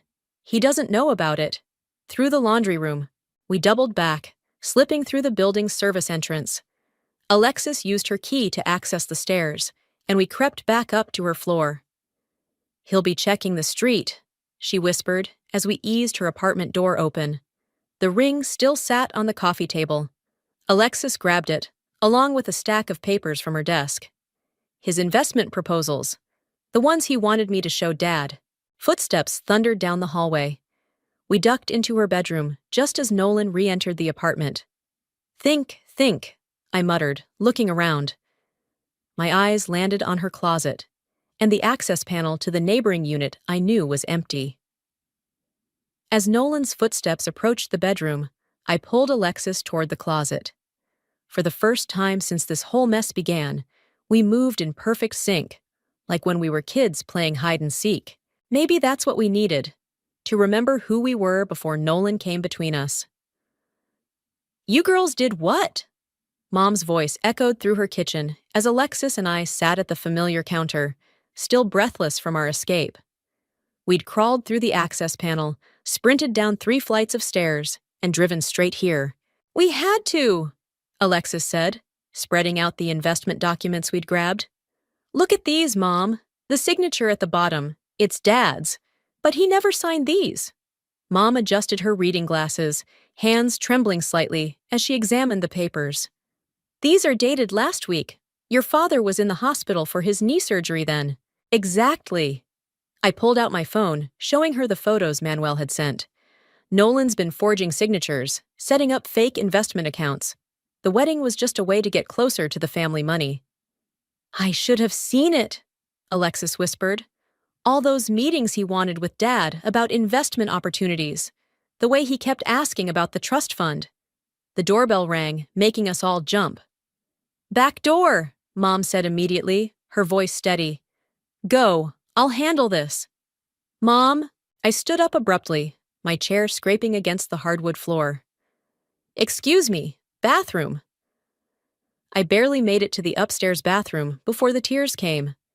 Leaning against the sink, I caught my reflection in the mirror. Pale, shocked, betrayed. My hand brushed against something as I reached for a tissue. A small box had fallen from the medicine cabinet, spilling its contents across the counter. "Now, girls." We slipped out through the kitchen just as Mom opened the front door. Nolan's voice drifted through the house. "Andrea, I'm so sorry to bother you, but I'm looking for Alexis. There's been a terrible misunderstanding." We crouched behind Mom's garden shed, listening. "She's not here, Nolan." Mom's voice was ice cold. "And if she was, I wouldn't tell you. Andrea, please, you know me. I love your daughter." "Which one?" Silence. "That's what I thought." Mom's voice grew stronger. "I've called my lawyer. He's reviewing everything. The forged documents, the fake accounts, all of it. Leave my family alone, or the FBI won't be your only problem." The shed door creaked open behind us. We spun around to find Theo. "Jesus!" I hissed. "What are you doing here?" "Manuel called, said Nolan was making the rounds. I figured you'd come here." He peeked around the corner. "Nice speech from your mom." "We need to get somewhere safe," Alexis said. "He's not going to stop." "My place," Theo offered. "He doesn't know where I live." We heard the front door slam, followed by a car engine starting. "Girls," Mom called softly. "Coast is clear." Back in the kitchen, Mom was already on the phone. "Yes, Detective Roberts. He was just here. Yes, I understand the restraining order won't be processed until Monday." Alexis grabbed my arm suddenly. "The wedding venue." "What?" "I never canceled it. The deposit, the guest list, everything's still set for next Saturday." Her eyes were wide. "He's been calling all morning about keeping the date. Why would he care about the venue now?" Theo asked. The answer hit me like a truck. The investors. He invited all of Vertex's biggest investors to the wedding. It's his last chance to collect money before everything falls apart. Mom hung up the phone. "The detective says they're building their case, but it could take weeks." "We don't have weeks," Alexis said. "We have 7 days." Theo pulled out his laptop. "Manuel sent over everything he has on the wedding guests. Look, half of them are high-net-worth individuals connected to Vertex." He's going to take their money and run, I realized. The wedding was never going to happen. It was just a cover for one final investment meeting. "Then we use it against him," Alexis said firmly. "Keep the venue. Let him think it's still happening." "Alexis, no," Mom started. "Yes." She stood straighter, looking more like herself than she had in months. "He used me to get to this family. Let me help take him down." My phone buzzed. "Amanda. FBI moving too slow. Nolan planning something big at wedding. Need your help." I showed them the message. "It's dangerous," Theo warned. "So is letting him do this to another family," Alexis countered. She turned to me. "I know I have no right to ask for your help after everything." "Stop!" I grabbed her hand. "You're my sister. We're doing this together." Mom sighed heavily. "Your father is going to kill me for this, but—" She pulled out her phone. "I'm calling in a favor from Uncle Jack at the security firm." Theo was already typing. "I'll contact Manuel, get everything set up. One condition," I said to Alexis. "No more secrets between us. Ever." She nodded, tears in her eyes. Never again. We spent the next hour planning, turning the wedding venue into a trap. As we worked, I realized something. Revenge hadn't brought me peace, but working with my sister to expose the truth? That felt like justice. The wedding was still on, but this time, we were writing the ending. The Grand Plaza Hotel's ballroom sparkled with wedding decorations, each crystalline flower hiding a carefully placed camera or microphone. I adjusted my earpiece, disguised as a pearl earring, and smoothed down my bridesmaid's dress. "Testing, testing!" Theo's voice crackled in my ear. "Everyone online?" Copy, Manuel responded from his position at the bar, posing as a server. Ready? Came Amanda's voice. She sat with the other guests, wearing a wire beneath her designer dress. Security team in position, Uncle Jack confirmed. FBI standing by, Detective Roberts added. I watched Alexis pace in the bridal suite, still in her wedding dress. You don't have to go through with this, I told her. Yes, I do. She checked her makeup one last time. Did you see how many people are out there? All those potential investors, their life savings at risk. We have to stop him. Among the scattered items was a folded piece of paper. I recognized Nolan's handwriting immediately. Transfer complete. AM confirmed receipt. Everything's set for Phase 2. Just keep playing your part. The note was dated 3 months before our divorce. A knock at the door made me jump. Peyton? It was Mom. Are you okay, sweetie? I quickly pocketed the note. Fine, I called back, splashing cold water on my face. Just needed a minute. Heads up, Theo cut in. Nolan just arrived. He's gathering investors in the hotel's conference room. That's not part of the plan, I said. The evidence handoff was supposed to happen during the ceremony. Change of plans. Amanda's voice was tense. He's spooked, wants to collect the money before the wedding starts. Alexis grabbed my hand. We need to move now. No, I squeezed her hand back. Let me handle this. You've done enough. Peyton, trust me, please. She nodded slowly. I slipped out of the bridal suite and made my way to the conference room, my heels silent on the plush carpet. Through the partially open door, I could hear Nolan's smooth sales pitch. Guaranteed returns of 20% annually, but this exclusive opportunity closes today. I pushed the door open. 30 pairs of eyes turned to me. Sorry I'm late, I said brightly. Did I miss the part where you explain how you're using my sister's wedding as a front for investment fraud? Nolan's smile never wavered. Peyton, always the dramatic one. Everyone, my ex-wife seems to be having trouble letting go. Actually, I pulled out my phone. I'm having trouble understanding these bank statements. You know, the ones showing how you emptied joint accounts? Or these documents with my father's forged signature? Murmurs rippled through the crowd. She's obviously disturbed, Nolan said smoothly. Security? Oh, you mean Uncle Jack's team? I smiled. They're with us, along with the FBI agents posing as wedding guests. The door opened again.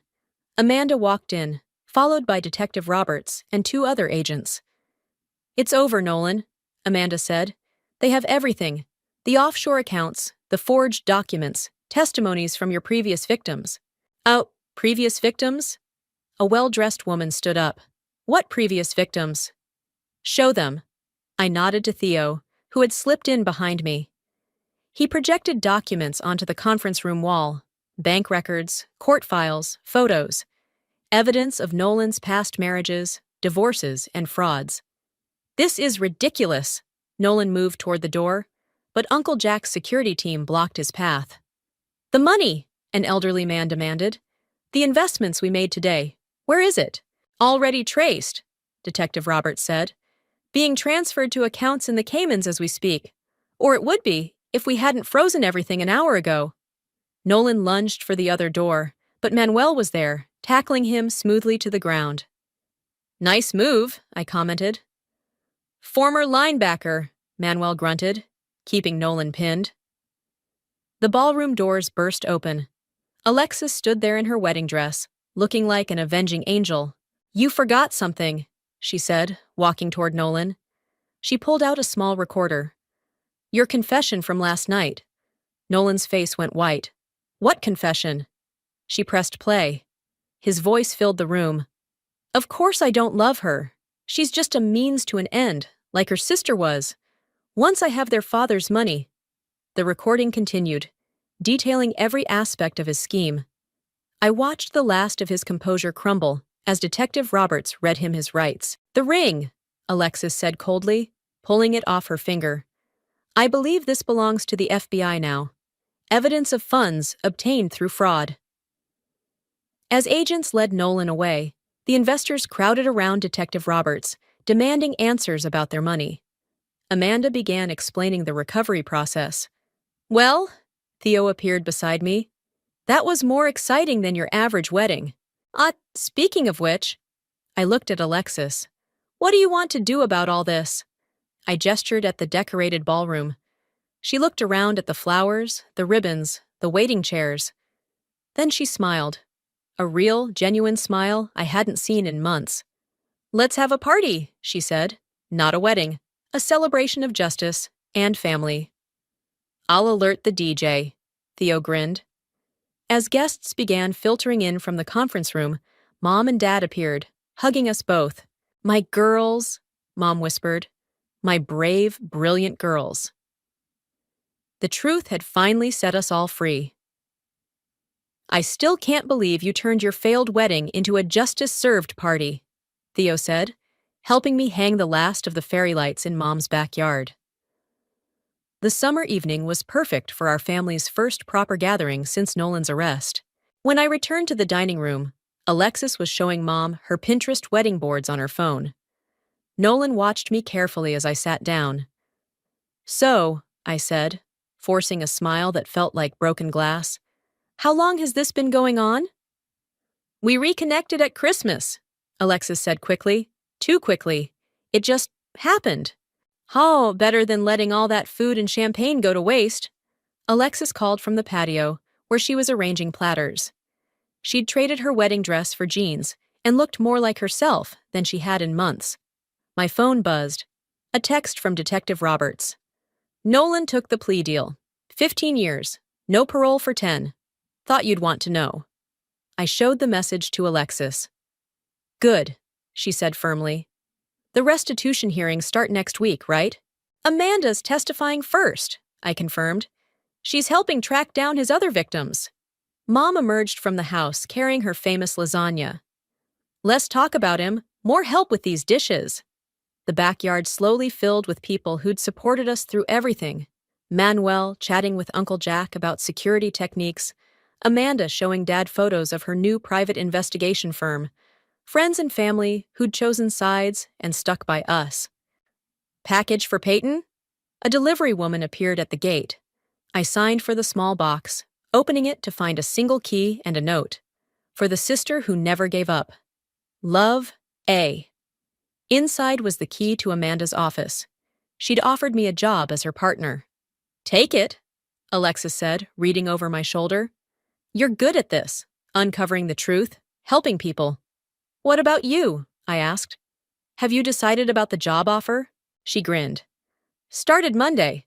Turns out financial fraud investigation units love hiring people with first-hand experience of investment scams. My daughters, the crime-fighting duo, Mom sighed, but she was smiling. Just promise me no more undercover operations at family events. No promises, we said in unison, then laughed. Really laughed, like we used to before everything went wrong. Theo clinked his glass. If I could have everyone's attention, I'd like to propose a toast. Everyone gathered around as he continued. To the strongest family I know, to truth that comes to light, to sisters who have each other's backs, and to justice that's better than revenge. To justice, everyone echoed. And to new beginnings, Amanda added, raising her glass. The FBI task force wants our help on another case. Something about a series of wedding planner scams. Already on it, Manuel called out, waving his laptop. Got some interesting leads. See? Theo nudged me. The universe has a sense of humor after all. Dad cleared his throat. While we're making announcements, your mother and I have decided to start a foundation for victims of financial fraud. We're calling it Truth Funds. Really? Alexis's eyes widened. Really? Mom confirmed. And we'd like you both to help run it. If you're interested. I looked at Alexis, seeing in her eyes the same mix of emotions I felt.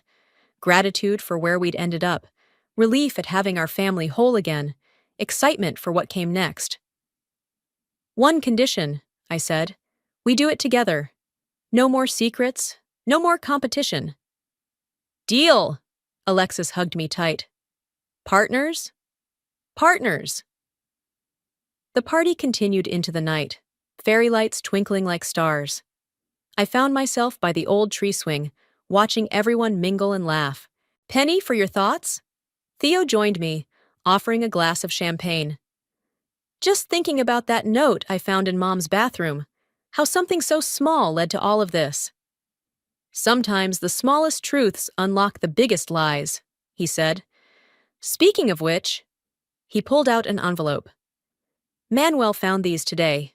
Thought you should see them." Inside were photos of Nolan with another woman, dated before he'd even met me.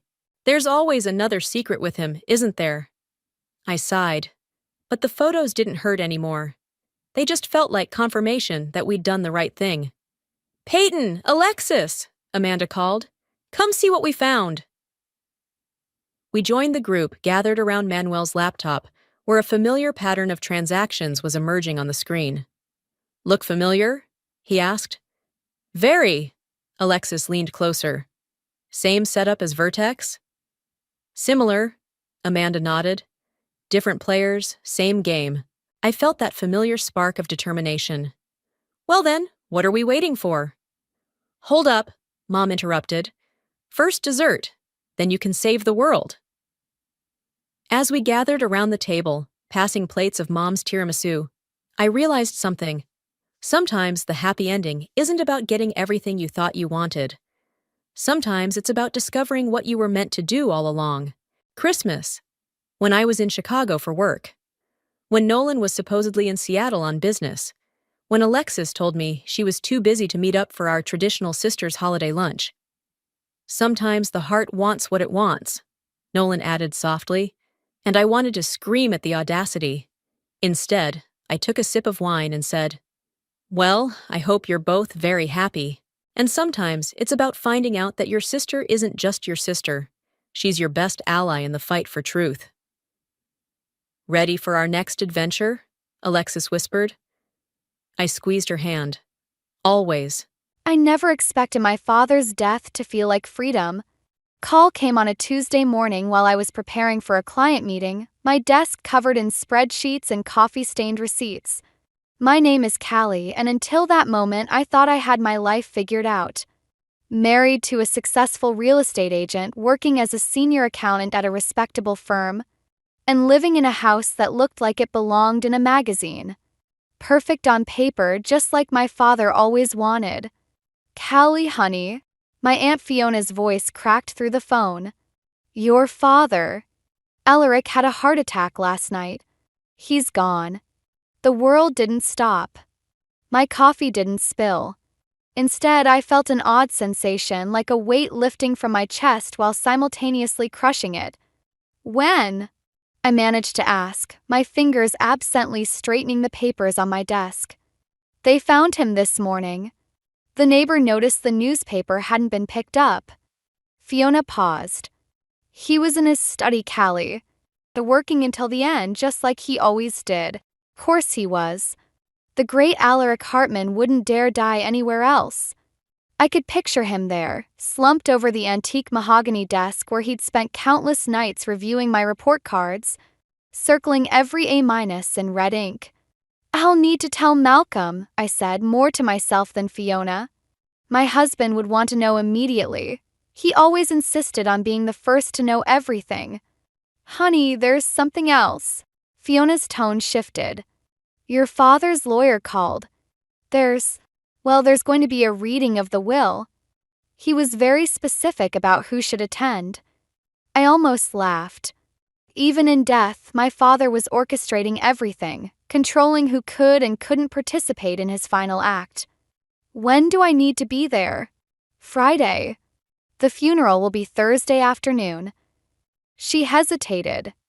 "Callie, are you okay?" "I'm fine," I replied automatically, the way I always did. "I just need to make some arrangements." As I hung up, my office door opened.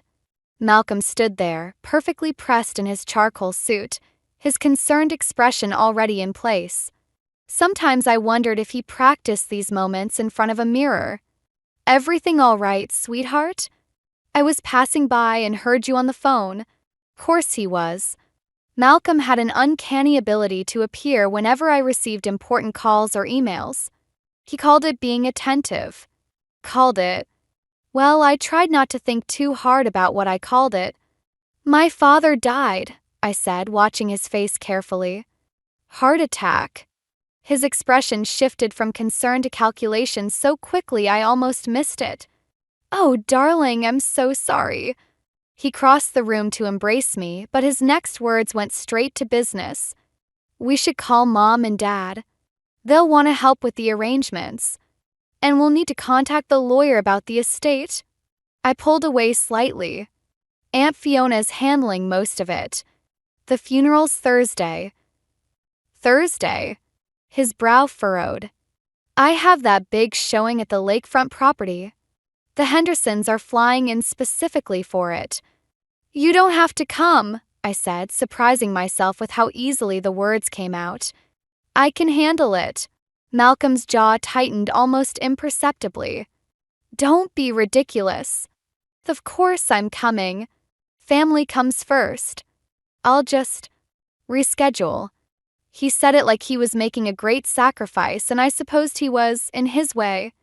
The Hendersons were potential million-dollar clients. But something in his tone made me think of my father's study, of all those red-inked A-minuses, of expectations and control wrapped in the guise of care. I should get back to work, I said, gesturing at my desk. I'll need to clear my schedule for the rest of the week. Malcolm nodded, kissed my forehead, and left, already pulling out his phone. Probably calling his mother, I thought. They'd be planning how to handle this situation before I even had a chance to process it. I turned back to my spreadsheets, but the numbers blurred before my eyes. In their place, I saw my father's study, that massive desk, and wondered what secrets it might hold now that he was gone. The funeral home smelled like artificial flowers and judgment.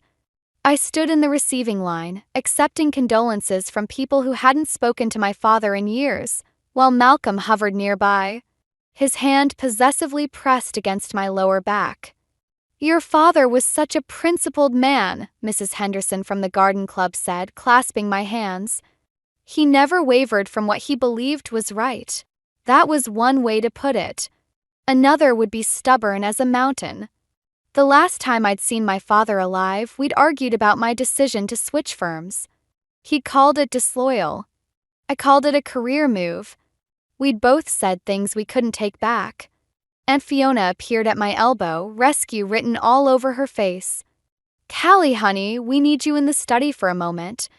I extracted myself from the endless line of mourners, ignoring Malcolm's questioning look. The study was mercifully empty and cool, my father's presence lingering in every leather-bound book and polished surface. You looked like you needed air, Fiona said, closing the door behind us. And maybe this? She pulled a flask from her purse. I laughed despite myself. Dad would have hated that. Your father hated a lot of things. Fiona took a sip before passing it to me. Doesn't mean he was right about them. The bourbon burned going down, but it helped. Did you know he kept every report card I ever got? Found them in his desk drawer yesterday. All those red marks. He kept other things too. Fiona moved to the bookshelf, pulling out a worn photo album. Look at this. The album fell open to a picture I'd never seen before. Me at maybe 6 or 7, fast asleep on my father's chest while he worked at his desk.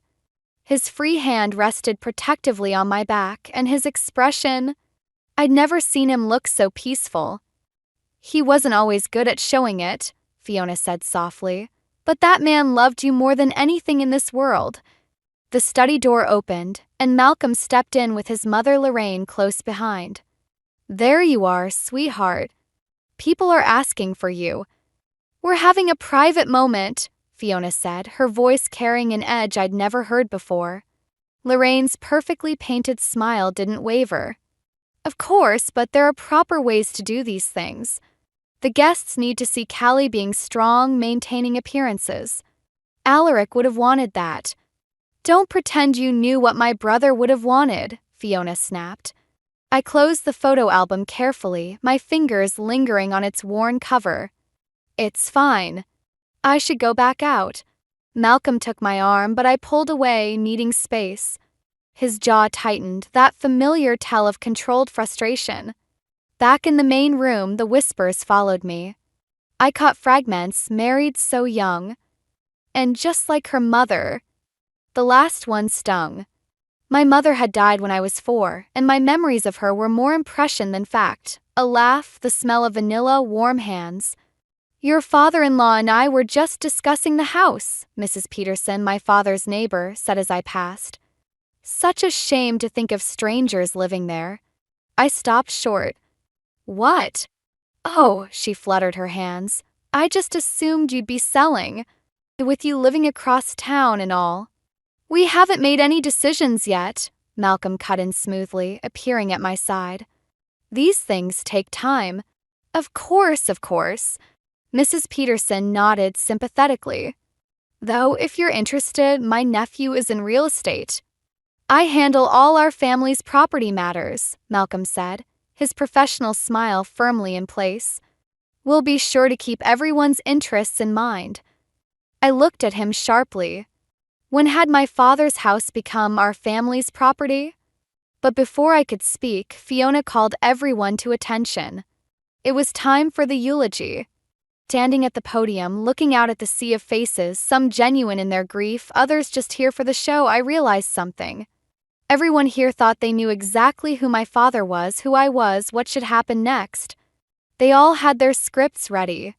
But as my hand touched the photo album in my jacket pocket, I wondered if any of us really knew the whole story. And for the first time since that phone call, I felt something beyond grief or relief, curiosity. The day after the funeral, I found myself alone in my father's study, surrounded by cardboard boxes and memories. Malcolm had insisted on coming, but a client emergency pulled him away, probably for the best. I needed space to think, to breathe, to process. I started with his desk drawers, methodically sorting through decades of my father's life. Tax returns, insurance policies, everything organized with military precision. Classic Alaric Hartman. The bottom drawer stuck. I yanked harder, and it finally gave way with a crack, sending me stumbling backward. A false bottom. Of course, my father would have a secret compartment. The man who triple-checked my homework would never be completely transparent. Inside, I found a leather portfolio and an envelope with my name written in his precise handwriting. My hand shook as I opened it. Dearest Callista, it began. He only used my full name when something was serious. If you're reading this, I've failed to tell you what matters most. Portfolio contains my updated will and a letter explaining everything. The house, the investments, my entire estate, it's yours with one condition. It must remain solely in your name. I read that line 3 times. Solely in my name? I've watched you disappear piece by piece since your marriage. You remind me of your mother in that way, trying so hard to be what others want that you forget who you are. I made the same mistake with her, trying to shape her into someone she wasn't. By the time I realized my error, it was too late. The study door creaked open. I quickly folded the letter as Malcolm walked in, his emergency apparently resolved. Any progress? He asked, surveying the boxes. Mother suggested we could have her interior decorator come by next week. Start fresh. We're not redecorating, I said, my father's words still ringing in my head. Not yet. Malcolm's smile tightened. Sweetheart, you can't keep it as a shrine. We need to think practically. I stood up, the portfolio clutched to my chest. This isn't our house, Malcolm. It's mine. Of course it is, he soothed, reaching for the portfolio. I just meant. I stepped back. Don't. Something flickered in his eyes, that same look he got when I declined his family's holiday invitations or suggested separate bank accounts. What's that you're holding? Dad's will. He left everything to me. Well, that's wonderful news. His smile returned, calculated and warm. We can finally start that investment project I've been talking about. The lakefront development. No. The word came out stronger than I expected. The inheritance is in my name only. That was his condition. Malcolm's facade cracked. That's ridiculous. We're married. What's yours is mine. Is it? I thought about the photo album, about my father's letter, about all the times Malcolm had made decisions for us without asking. Like how my career is yours to manage. My time? My life? You're being dramatic. He reached for me again. You're grieving. Let me handle things. Like you handled my promotion opportunity? The words burst out before I could stop them. I found the email you deleted. The one offering me the senior position at Crawford and Mills. Malcolm's face hardened. That firm's across the country. You weren't seriously considering it. That wasn't your choice to make. Everything I do is for us, for our future. His voice rose slightly. Your father never understood that. He filled your head with these independent notions, but marriage is about unity, about trust, about control. I finished, suddenly seeing everything clearly. Like how you tracked my phone, monitored my emails, managed my social calendar. Malcolm stepped closer, his voice dropping to that reasonable tone he used when he thought I was being difficult. Callie, you're upset. We should discuss this at home where Mother can help us sort things out. I looked at him, really looked at him, and saw what my father must have seen. A man so afraid of losing control that he'd smother anything that threatened it. No, I said quietly. I think I'll stay here tonight. I have more sorting to do. His jaw clenched. This isn't over. As he stormed out, I unfolded my father's letter again. You're stronger than you know, it continued. Don't let anyone convince you otherwise. For the first time in years, I believed it might be true. I spent 3 days at my father's house, sleeping in my old bedroom and avoiding Malcolm's calls. On the 4th morning, Aunt Fiona showed up with coffee and a determined look in her eyes. Your mother-in-law cornered me at the grocery store, she said, settling into my father's leather armchair. Apparently, you're having a nervous breakdown. I snorted, taking the coffee. Did she recommend her therapist again? Among other things, Fiona's is narrowed. She mentioned Malcolm's looking into power of attorney options. For your own protection, of course. Coffee turned bitter in my mouth. He can't do that. No, he can't. But the fact that he's trying. Fiona leaned forward. Callie, what's really going on? Before I could answer, my phone buzzed. Another email from Malcolm, this one marked urgent. I opened it, then felt the blood drain from my face. He's frozen our joint accounts, I said, my voice hollow. For my own protection. To prevent any grief-driven financial decisions. Fiona cursed under her breath. How much do you have in your personal account? That's just it, I don't have one. Malcolm said it would be easier to manage everything together. The words sounded so stupid now. He even has my paychecks auto-deposited into our joint account. Of course he does. Fiona pulled out her phone. Call your bank right now. Then your work. Change your direct deposit information. I'll contact my lawyer. As I made the calls, my hands shaking, I remembered all the little moments that had led here. The joint account suggestion right after our honeymoon.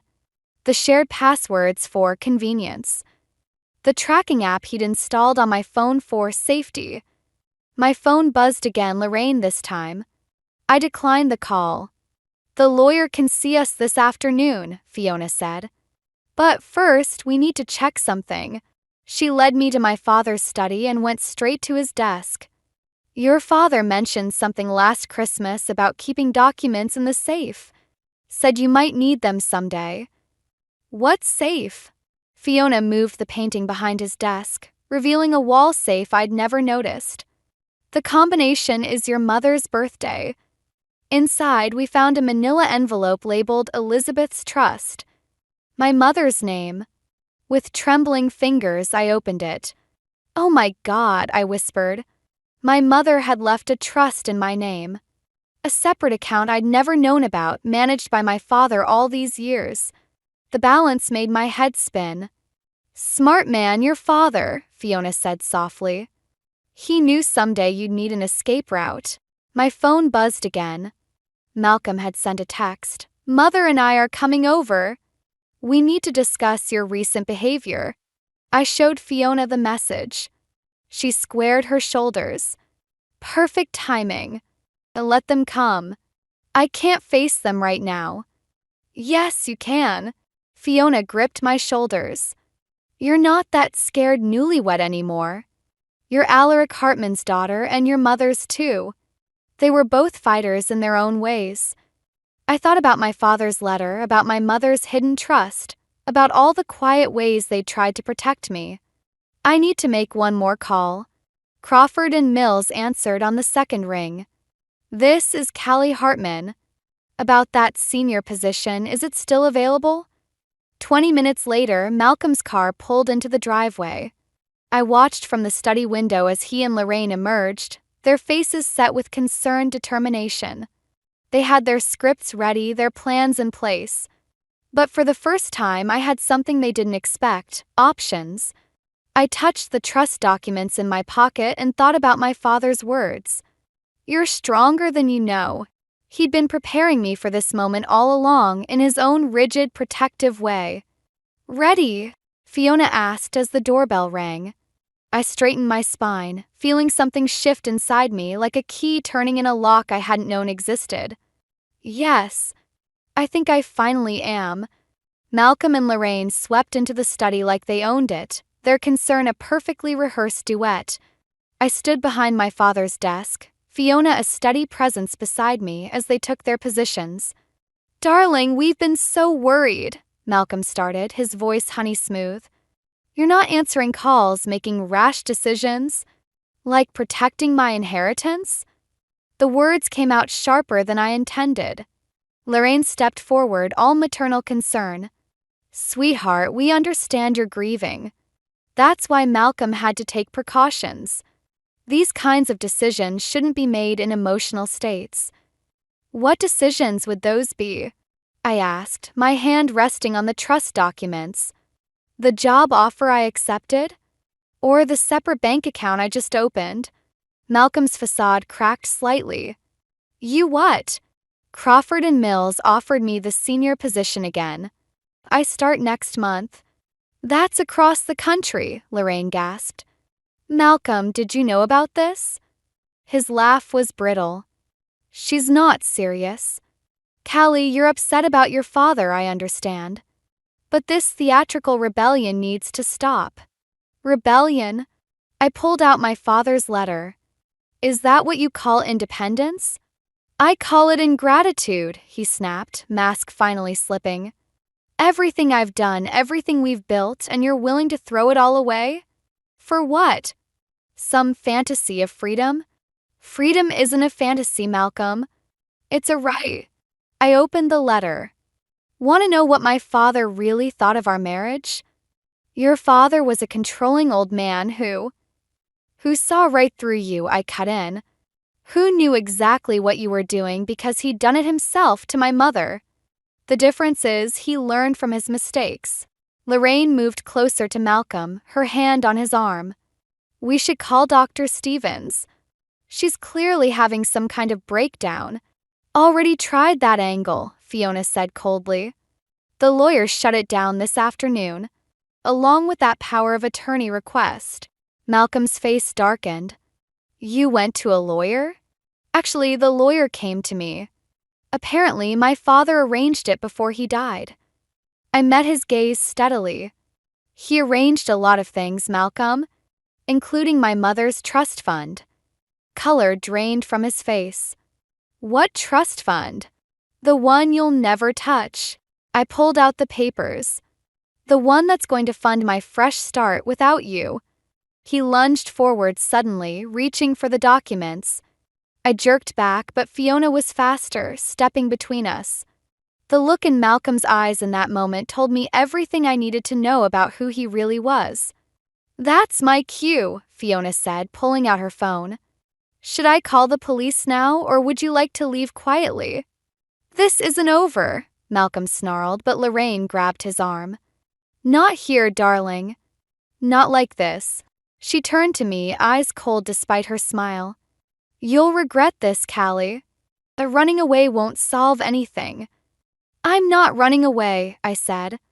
I'm walking away. There's a difference. After they left, Fiona hugged me tight. You okay? I wasn't, not really. My hands were shaking and my heart felt like it might burst. But underneath the fear was something else, something that felt like my father's strength and my mother's spirit combined. I need to pack some things, I said, pulling away. I can't go back to that house. You'll stay with me until you leave for the new job. Fiona paused. You know they won't give up easily, right? Malcolm's type never does. I looked around my father's study, at the life he'd built, at the protection he'd tried to provide. Then I thought about my mother's trust fund, her own secret rebellion, her gift to me across time. Let them try, I said, picking up the photo album from the desk. I'm done being managed. My phone buzzed, Malcolm again. This time, instead of ignoring it, I blocked his number. Then his email. Then his parents. Each tap felt like breaking another link in a chain I hadn't even realized I was wearing. Dad would be proud, Fiona said softly. I touched the letter in my pocket. I think he finally is. A week after moving in with Fiona, I came home from the lawyer's office to find our front door ajar. Inside, drawers hung open, papers scattered across the floor, and my father's photo album lay torn apart, its pages strewn like fallen leaves. Fiona? My voice echoed through the empty house. No answer. My phone buzzed, an email from an anonymous account. Inside was a photo of my mother's trust fund documents, followed by a simple message. We should talk. Alone. Park. 7 p.m. I knew Malcolm's writing style. Even without a signature, I could feel his fingerprints all over this. Called the police, Fiona said from behind me, making me jump. She looked shaken but angry. They're on their way. Nothing seems missing except the trust fund papers, I finished. I know where they are. My phone buzzed again. Another email. Tick-tock. Coming. Fiona read over my shoulder. You're not going. I have to. I picked up a torn photo of my father from the floor. These were copies anyway. The originals are safe with the lawyer. That's not the point. Fiona grabbed my arm. He broke in, Callie. This isn't about money anymore, it's about control. It was always about control. I pulled away. But now I'm the one choosing where and when. Park was deserted except for Malcolm. Sitting at a chess table like this was just another evening game. He'd suggested we play chess on our first date, claiming it would help him understand how I thought. I should have recognized the red flag. You're alone, he said as I approached. Good. Where are the papers? He smiled, pulling them from his jacket. Sit. Let's talk like reasonable people. Breaking and entering seems pretty unreasonable to me. You left me no choice. His voice hardened. You're destroying everything we built. For what? Some misguided notion of independence. No, I said, remaining standing. I'm building something new. Without you. You really think you can manage on your own? He laughed. You couldn't even handle your own banking without me. Because you never let me try. I met his gaze. But my father did something you never did. He trusted me to make my own choices. Your father. Malcolm stood suddenly. The man who controlled every aspect of your life? Who made you feel worthless unless you met his impossible standards? He learned from his mistakes. Unlike you. Malcolm's smile turned cruel. Did he? Or did he just manipulate you one last time from beyond the grave? Trading his control for your blind loyalty? The words hit harder than I expected, touching a doubt I hadn't wanted to acknowledge. Had my father really changed, or was I just switching one form of control for another? The papers, I said, holding out my hand. I'll make you a deal. He pulled out another document. Sign this. transfers half the trust fund to our joint account. In return, I'll forget about pressing charges. Charges? For embezzlement. His smile widened. I have proof you've been moving company funds. My mother's already spoken to the board. My blood ran cold. He was lying, he had to be. But Malcolm had always handled the company's books, had access to all our accounts. You wouldn't. Try me. He slid the transfer document forward. Sign and this all goes away. We can start fresh. I'll even support your career goals within reason, of course. For a moment, I felt the old fear creeping back. The urge to give in, to keep the peace, to be the perfect wife he'd molded me to be. Then he heard silence. Malcolm's face changed. What did you do? Nothing, I said, feeling stronger with each word. Fiona called them. When you broke into her house. The house where there are security cameras. He grabbed for the papers, but I was already backing away. You're bluffing. Am I? I pulled out my phone, showing him the live feed from Fiona's security system. I learn from the best, Malcolm. Just not from you. As the police cars pulled up, I saw something I'd never seen before in Malcolm's eyes, fear. And for the first time since my father died, I felt truly free. The police interview room felt colder than it should in August. Malcolm sat across from me, his lawyer beside him, looking more disheveled than I'd ever seen him. 3 hours of questioning had cracked his perfect facade. Mrs. Everett, the detective said, we need your statement about the financial records. Before I could speak, Malcolm's lawyer intervened. My client is willing to drop all allegations of embezzlement in exchange for... No deals, I cut in, pulling out a USB drive. These are the real company records. The ones Malcolm didn't know I kept. Malcolm's head snapped up. What? I learned from my father to always keep backup records. I slid the drive across the table. Every transaction for the past 3 years, including the ones you've been hiding from your parents. His face went pale. Callie, don't. The lakefront development project? I continued, watching him crumble. It failed 6 months ago. But you kept taking investor money, didn't you?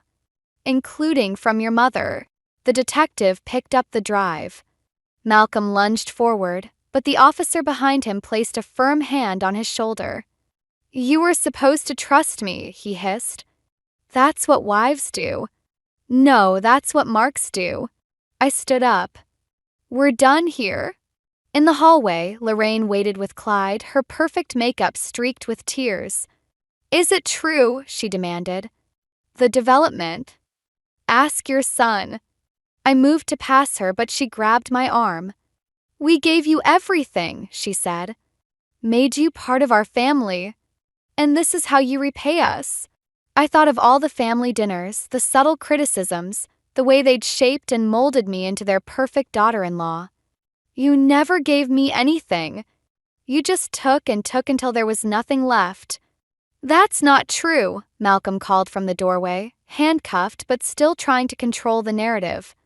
I loved you. I protected you. No, I said, turning back. You loved owning me. There's a difference. His face changed then, vulnerability cracking through the anger. I didn't want to lose you. Everything I did. I was trying to keep us together. For a moment, I saw him as he'd been when we first met. Charming, seemingly sincere, a little broken. The man I'd thought I could help, could love enough to fix. I know, I said softly. That's what makes it worse. Please, he whispered. I'll change. We can start over. Lorraine stepped forward. Listen to him, Callie. Family forgives. You're right. I pulled out my father's letter, the one I'd carried since finding it. Family does forgive. But they also learn from their mistakes. I handed the letter to Malcolm. My father wrote this before he died. About how he almost destroyed my mother trying to protect her. About how love shouldn't feel like a cage. Malcolm's hand shook as he read. He was wrong about me. About us. No, I said. He was wrong about himself, and he learned from it. That's the difference between you. As the officers led Malcolm away, Lorraine made one last attempt. You'll regret this. You're nothing without this family. I thought of my father's study, of my mother's hidden trust, of Fiona's unwavering support. I'm not nothing. I never was. You just couldn't see me behind all the walls you built. Beside the station, Fiona waited in her car. You okay? I looked back at the building where my old life was crumbling. Malcolm would face charges. His parents would face financial ruin. The perfect family image they'd cultivated would shatter. I thought revenge would feel better, I admitted. This isn't revenge, Fiona said. It's justice. There's a difference. As we drove away, I realized she was right. Revenge would have been destroying them simply because I could. Justice was finally telling the truth about them, about myself, about everything. Ready to pack for Crawford and Mills? Fiona asked. I touched my father's letter in my pocket and smiled. Ready to start living. 6 months after Malcolm's arrest, I stood in my father's study for the last time. The house had sold quickly, too many memories for me to stay, too much potential for the young family moving in. As I packed the last box, something fell from between my father's old books, another letter. Paper was older than the first one, yellowed and soft at the edges. Inside, I recognized my mother's handwriting. My dearest Alaric, it began. By the time you read this, I'll be gone. Not because I don't love you, but because love shouldn't feel like drowning. Take care of our Callie. Teach her to swim. I sat in my father's chair, letting the words sink in. All those years of strict rules and high expectations, had he been trying to teach me to swim in his own broken way? My phone buzzed, a news alert about Malcolm's sentencing. 5 years with possibility of parole. The Everetts had lost everything, their reputation, their savings, their carefully constructed facade of perfection. Last I heard, Lorraine had moved in with relatives out of state. Ready! Fiona appeared in the doorway, carrying another box. The movers are here for the furniture. Found something, I said, holding up the letter. Mom wrote it. Before she left. Fiona's eyes widened. Left? But I thought. So did I. I carefully folded the letter. Turns out there are different kinds of death. Different kinds of grief. Different kinds of love, too, Fiona added softly. We worked in silence, dismantling the last pieces of my father's life. Each book, each paper, each memory carefully packed away. When we reached his desk, I found one final surprise. A small key taped beneath the drawer with a note. For when you're ready to swim. Key fit a safety deposit box at his bank. Inside was a journal, my mother's. Not dead after all, but living quietly in Oregon. All these years, my father had known where she was, had kept her secret, had let her go. He wanted to tell you, read his final note tucked inside the journal. But he was afraid you'd choose her over him. Pride makes cowards of us all. Don't make my mistakes, Callie. Don't let fear of losing love become a cage. 2 weeks later, I stood outside a small bookstore in Portland, watching a woman with my eyes and smile help a customer. My mother. Alive. Free. Different kinds of death indeed. I didn't go in. Not yet. Instead, I drove to my new apartment near Crawford and Mills, where a corner office and a team of my own waited. Where no one knew me as Malcolm's wife or Alaric's daughter. Where I could finally just be Callie. That night, I sat on my balcony with a glass of wine and my father's photo album. The last page held a surprise, a photo I'd never seen before. My mother and father, young and laughing, with baby me between them. On the back, in my father's handwriting, remember, love sets free. My phone buzzed, a text from an unknown number. Malcolm somehow reaching out from behind bars. I didn't read it. Instead, I blocked the number and opened my mother's journal. Dear Elizabeth, I wrote on the first blank page. I understand now. About drowning. about swimming, about finding air when you need it most. Maybe someday we'll talk about it. But for now, I just wanted you to know I learned to swim. Closed the journal and looked out at the city lights, thinking about different kinds of love, different kinds of freedom, different kinds of strength. My father had taught me more than just rules and expectations. He taught me how to break free of them. Tomorrow I'd start swimming on my own. But tonight I let myself float, suspended between past and future, between grief and hope, between what was and what could be. And for the first time in my life, the water felt just right. I never expected to find the letter that would tear my family apart while cleaning out my mother-in-law's attic. But there it was, tucked inside an old photo album, written in Evelyn's elegant handwriting. My name is Cassidy, and until yesterday, I thought I understood the dynamics of my husband's family. Now I'm not so sure about anything. Jake, honey, can you bring up some more boxes?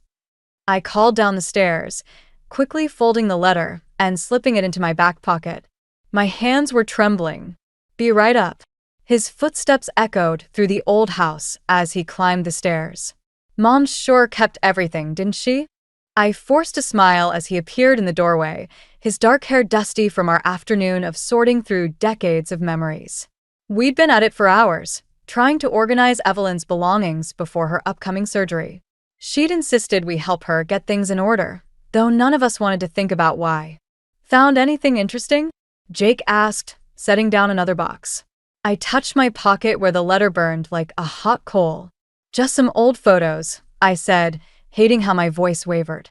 He picked up a framed picture of himself and his sister Melanie as kids. Remember when Mel used to wear her hair in those crazy pigtails? He chuckled. She'd kill me if she knew I showed you these. The mention of Melanie made my stomach clench. The letter in my pocket suddenly felt heavier. Speaking of Mel, Jake continued.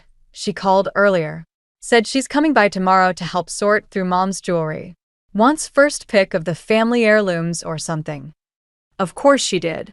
The words from Evelyn's letter flashed through my mind. Melanie will try to take everything she can get her hands on.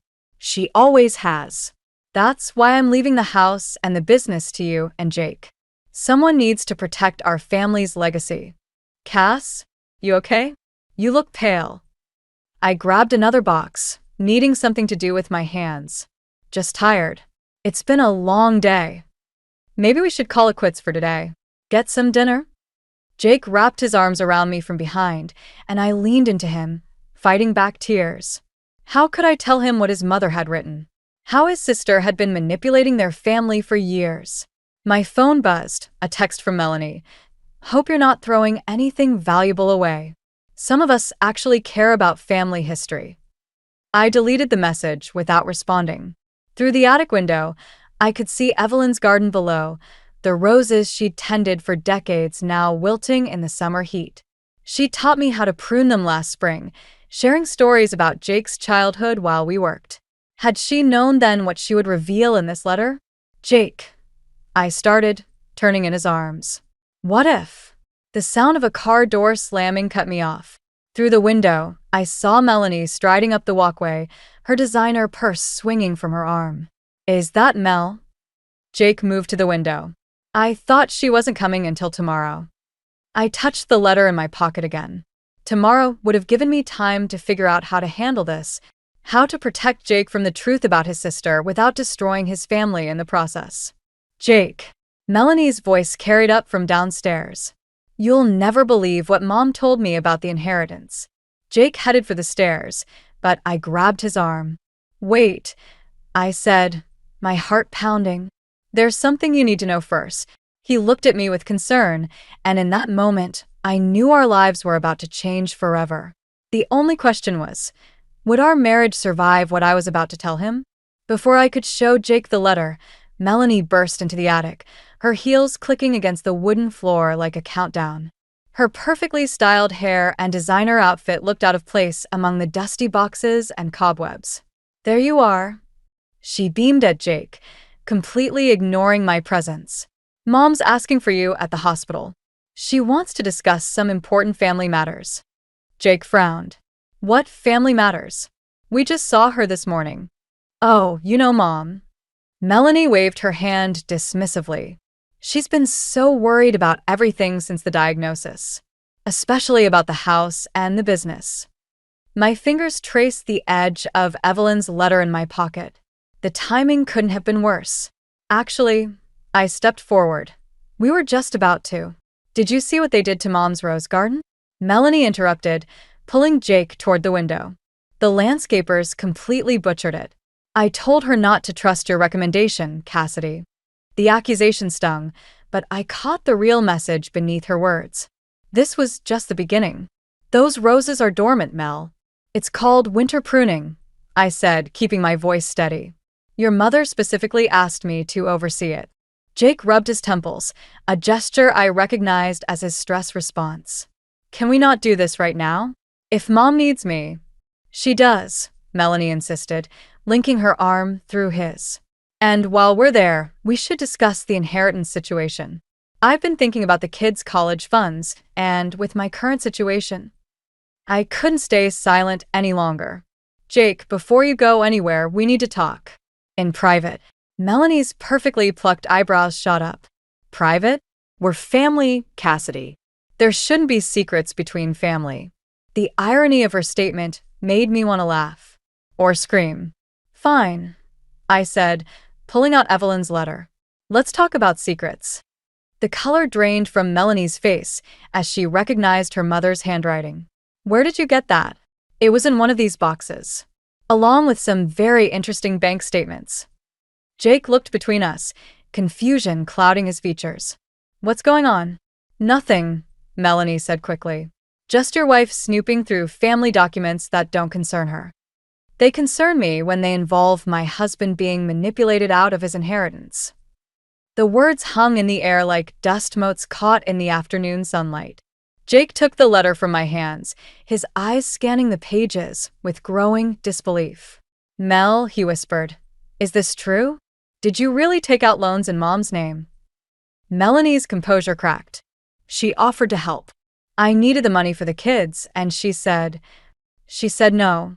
I cut in. The letter makes that very clear. Along with her wishes for the house and business. You don't understand, Melanie's voice cracked. You with your successful little shop and your perfect marriage. Some of us have real struggles. Real struggles don't justify fraud, Mel. Jake hadn't moved, still staring at the letter. When he finally looked up, the hurt in his eyes was unbearable. How long? He asked his sister. How long have you been lying to us? Before she could answer, my phone buzzed. A text from Evelyn's nurse. Mrs. Monroe asking for family. Condition deteriorating. Please come quickly. The three of us stared at each other, the weight of unspoken words and betrayals pressing down like the years of accumulated memories surrounding us. We should go, Jake said finally, his voice hollow. But this isn't over, Mel. As we headed downstairs, Melanie grabbed my arm, her manicured nails digging into my skin. You have no idea what you've just started, she hissed. I met her gaze steadily. No, Melanie. I just finished what you started years ago. But watching Jake's defeated posture as he walked to the car, I wondered if uncovering the truth had cost me more than I was prepared to lose. The hospital corridor felt endless as we rushed toward Evelyn's room. Jake hadn't spoken a word since we left the house, and Melanie had mysteriously taken a different car, probably to get there first and spin her version of events. I nearly collided with my best friend Lila outside Evelyn's door. She worked part-time at the hospital cafe and often checked in on my mother-in-law during her shifts. Thank God you're here, she whispered, pulling me aside. Melanie's been in there for 20 minutes, and Evelyn's been asking for Jake. Jake pushed past us into the room. Through the doorway, I could see Melanie perched on the edge of Evelyn's bed, clutching a stack of papers. Mom, Jake's voice cracked. What's going on? Evelyn looked smaller than she had yesterday, drowning in hospital whites. Her eyes found mine, and I saw a flash of recognition and warning. Jake, sweetheart, Melanie's voice dripped honey. Mom wants to discuss the funeral arrangements. And the will. I stepped into the room. The will? Now?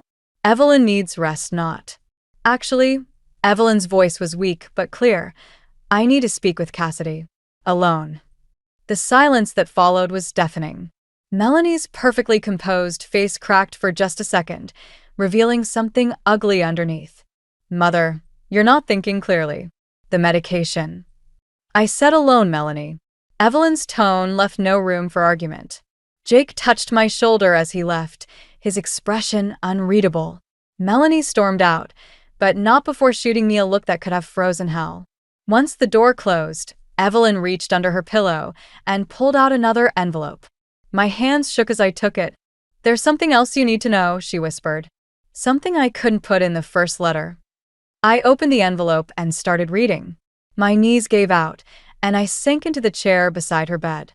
This can't be right, I breathed. The business? It wasn't Jake's father's? No. Evelyn's eyes filled with tears. And Melanie knows. She's always known. It's why she's so desperate to get her hands on everything. She thinks she's entitled to more because… The door burst open. Melanie stood there, triumph written across her face. I knew it. I knew you'd try to turn them against me. Behind her, Jake appeared, his expression devastated. You knew about Dad? All this time? Jake, wait. I started, but Melanie cut me off. Oh, let her tell you, brother dear. Let her tell you how our precious mother built her empire with another man's money while Dad worked himself to death thinking he wasn't good enough. That's not what happened. Evelyn tried to sit up, setting off a cascade of beeping monitors. A nurse rushed in. Everyone out. Now. In the hallway, Jake paced like a caged animal. Someone better start explaining. The business was started with money from my first love. Evelyn's voice carried from the doorway. She stood there, gripping her four-pole, ignoring the nurse's protests. Before I met your father, he died in Vietnam, leaving everything to me. Your father knew, Jake. He knew, and he understood. But I didn't. Melanie's mascara ran in black streaks down her face. I had to find out from old letters in the attic. Do you know what it's like, growing up thinking you're not good enough, that there was someone else Dad could never measure up to? I watched Jake's face as the pieces fell into place. His sister's bitterness, their mother's careful planning, the weight of secrets kept for decades. The inheritance, he said slowly. You're splitting it based on what's fair. I finished, understanding finally dawning. The business goes to you, Jake, because you worked alongside your dad for years. The house goes to both of you, but the trust fund goes to my first love's grandchildren, Evelyn said softly. Melanie's kids. The monitors started beeping again, more urgently this time. As the nurses rushed Evelyn back to bed, I caught a glimpse of something in Melanie's expression, not triumph or anger, but pure, unadulterated fear. And I realized this wasn't just about money anymore. This was about a family's identity unraveling, thread by careful thread. The question was, would there be anything left to save when the truth finally finished tearing us apart? Evelyn passed away that night. The news came through a 3 a.m. phone call that changed everything. Jake answered, listened in silence, then walked out of our bedroom without a word. I found him in the garage, methodically taking apart an old motorcycle engine, his way of processing grief. The funeral's on Saturday, he said without looking up, his hands covered in grease. Mel's handling the arrangements. Of course she was. I crouched beside him, watching his hands shake as he stripped another bolt. We should be involved in the planning. Why? So, we can fight over that too. The wrench slipped, catching his knuckle. Blood mixed with oil. Here, let me. I reached for his hand, but he pulled away. Don't. His voice cracked. Just don't. My phone buzzed, a text from Lila. You need to see this. Now. 20 minutes later, I was sitting in her cafe, staring at a social media post Melanie had just shared. The funeral announcement included a special note. In lieu of flowers, the family requests donations to help cover outstanding medical expenses and support Evelyn's grandchildren's education fund. She's already collecting money, Lila said, sliding me a coffee. Using your mother-in-law's death to finance her lies. I scrolled through the comments. dozens of family friends offering condolences and promising donations. Melanie's perfectly crafted responses, playing the grieving daughter while subtly hinting at financial hardship. There's more, Lila hesitated. Check the funeral home's website. The program listed Melanie as sole executor of the estate. No mention of Jake. No mention of Evelyn's actual wishes. My hands shook as I dialed our family lawyer. Straight to voicemail. I tried 3 more times before giving up. What are you going to do? Lila asked. Before I could answer, the cafe door chimed. Jake walked in, looking like he'd aged years overnight. He was holding a manila envelope. Found this in Mom's safety deposit box, he said, dropping it on the table. The banker called. Said Mom left instructions to open it immediately after. I opened the envelope. Inside was a USB drive and another letter, this one addressed to both of us. Jake's phone rang. Melanie's name flashed on the screen. He declined the call. She's been calling all morning, he said. Wants me to sign some papers before the funeral. Says it's what Mom wanted. And what do you want? He stared at the envelope. I want my sister back. The one I grew up with, before money and lies poisoned everything. My phone buzzed again. An email from the funeral home requesting confirmation of arrangements. The attached invoice was astronomical. She's using Mom's funeral to drain the estate, Jake said flatly. Classic Melanie. We can stop this, I said. The letters, the evidence of fraud. And destroy what's left of our family? He laughed bitterly. Mom's body isn't even cold yet. Your mother wanted to protect you, to protect all of us. I pulled out the USB drive. Maybe this will tell us how. Jake's phone rang again. This time it was the bank. His face darkened as he listened. Someone just tried to access Mom's accounts, he said after hanging up. Using her old passwords. Melanie. Had to be. But here's the thing, they succeeded with one account. An old one I never knew existed. I connected the USB drive to my phone. A single video file appeared, dated 3 months ago. Evelyn's face filled the screen, looking directly into the camera. If you're watching this, she began, then I'm gone, and Melanie has already made her move. What I'm about to tell you will change everything you thought you knew about our family. Jake gripped my hand as we watched, his knuckles white.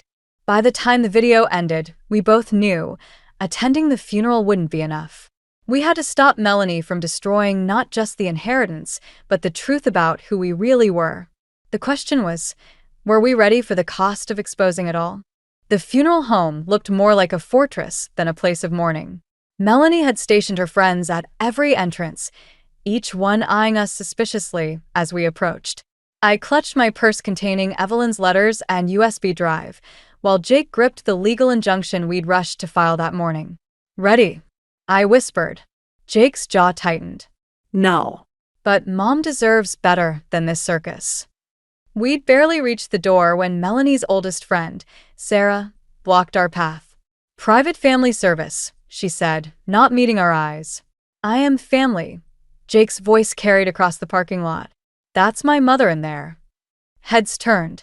Melanie appeared in the doorway, wearing designer black and a carefully crafted expression of grief. Jake, darling. I was so worried you wouldn't come. Though perhaps it would have been better if you hadn't brought certain people. My fingers brushed the USB drive. One push of a button and Evelyn's video would expose everything. But looking at the gathered mourners, elderly aunts dabbing their eyes, cousins whispering in corners, I hesitated. Let's take this inside, I suggested quietly. Melanie's smile didn't reach her eyes. Of course. Family should stick together in times like these. The funeral home's back office was cramped, but it felt appropriate for the showdown about to unfold. Melanie perched on the edge of the desk, fingering a stack of documents. I assume you've seen the changes to Mom's will? She slid a paper toward Jake. She wanted to make sure the grandchildren were taken care of. You mean the changes you forged? I pulled out the original will from my purse. The bank confirmed Mom's signature on your version doesn't match. How dare you? But her hand trembled as she reached for her water glass. Jake, are you going to let her accuse me of? Stop. Jake's voice was deadly quiet. Just stop, Mel. We know about the secret account, about Dad's real relationship with the business, about everything. The color drained from Melanie's face. You don't understand. My kids. I had to protect them. By stealing? By lying? I stepped forward. By using your mother's death too. A commotion outside interrupted us. Through the office window, I saw Lila arguing with the funeral director, waving what looked like financial documents. Security.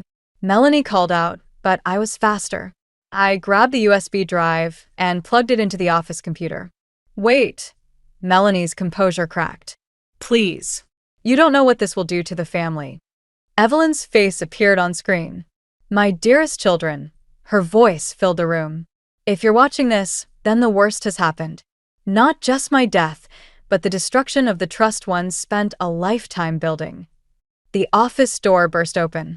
The funeral director entered, followed by 2 police officers. Mrs. Monroe? One officer stepped forward. We have some questions about certain financial transactions. Melanie's mask finally shattered. He was going to take everything, she screamed, pointing at Jake.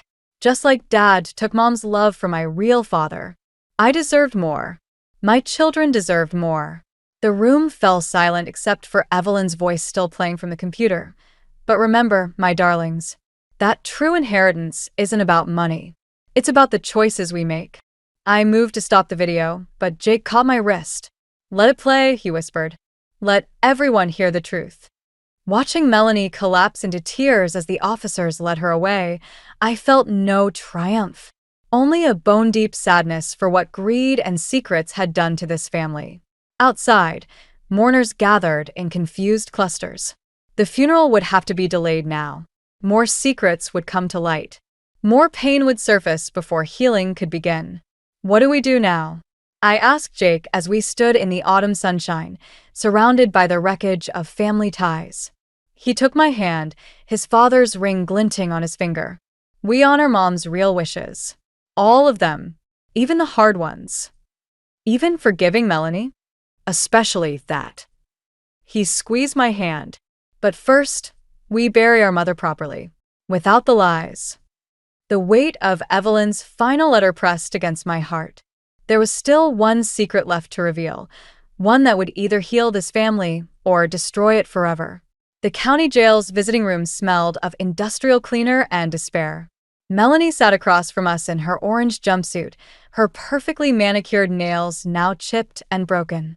3 days in custody had stripped away her polished facade, revealing something raw and desperate underneath. My kids need me, she whispered, picking at a loose thread on her sleeve. The school called yesterday. Tommy's acting out again. Jake shifted in his metal chair, but said nothing. We'd spent the last 2 nights arguing about this visit, about what to do next. The evidence against Melanie was damning: forged documents, embezzled funds, identity theft. She was facing serious time.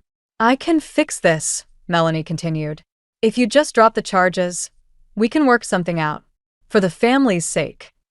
Family? The word tasted bitter in my mouth. You stole from your own mother while she was dying. I was protecting what was rightfully mine. Her voice echoed off the concrete walls. You have no idea what it was like watching Mom favor Jake all those years, knowing the truth about my real father. A guard glanced our way. Jake reached for my hand under the table, but I pulled away. The final letter from Evelyn burned in my pocket, the one I still hadn't shown either of them. The prosecutor offered a deal. I said, return the money, serve 6 months, get probation. And lose my children? Melanie's laugh was hollow. Child Services is already investigating. 1 conviction and they'll take my kids away. Jake finally spoke. We could take them. Temporarily. Until you. No. Melanie slammed her hands on the table. You don't get to play savior with my children. You've already taken everything else. The guard stepped closer. Everything okay here? I nodded, but my hands were shaking. This wasn't how it was supposed to go. Justice shouldn't feel this much like revenge. Time's up, the guard announced. As we stood, Melanie grabbed my arm. You think you've won? That you're better than me? Her nails dug into my skin. Wait until you read Mom's last letter. The one about what really happened the night Dad died. I froze. What are you talking about? Ask your precious husband why he was the last person to see our father alive. Ask him about the argument they had over the business. About the brake lines on Dad's truck. That's enough. Jake's voice cracked like a whip. The guard pulled Melanie away, but her words had already done their damage. I watched Jake's face, saw the color drain from it, and knew there was truth in what she'd said. Outside, the autumn air felt too thin to breathe. Jake reached for me, but I stepped back. Cass, I can explain. Can you? Because right now I'm wondering if I ever knew you at all. My fingers touched Evelyn's final letter. Did you know what was in this? What? I pulled out the envelope, hands trembling. Your mother wrote it the day before she died. Said it would explain everything about that night. Jake's expression changed. Don't open it. Please. Why not? What are you afraid of? Because some truths destroy everything they touch. He ran his hands through his hair, a gesture so familiar it hurt. Yes, I was there that night. Yes, we argued. But I didn't. I wouldn't. My phone buzzed, a text from Lila. Police at your shop. Something about financial irregularities. Call me. The world tilted sideways.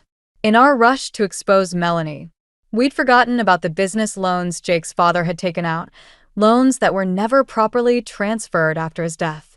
Loans that, technically, could be considered fraudulent. Jake, my voice sounded distant. What did you do? But looking at his face, I already knew. We'd been so focused on Melanie's crimes, we'd never stopped to question where the original money came from, or why Evelyn had been so desperate to protect her secrets. The letter felt heavy as lead now. One truth exposed had started this avalanche. What would this final revelation do to what was left of our family? Jake reached for the envelope. Some secrets should stay buried, Cass. Like your father's death? His hand dropped. In the distance, police sirens wailed. I found Margaret Chen waiting on my front porch at dawn. Evelyn's oldest friend and confidant sat in the morning mist like a ghost from the past, clutching a weathered leather briefcase. You open the letter, she said. Not a question. No. My voice was hoarse from a sleepless night. Jake hadn't come home, but Melanie knows what's in it. Margaret nodded slowly. As do I. Evelyn told me everything before she died. She patted the briefcase. And she left proof. Before I could respond, a car pulled into the driveway. Jake stepped out, looking haunted.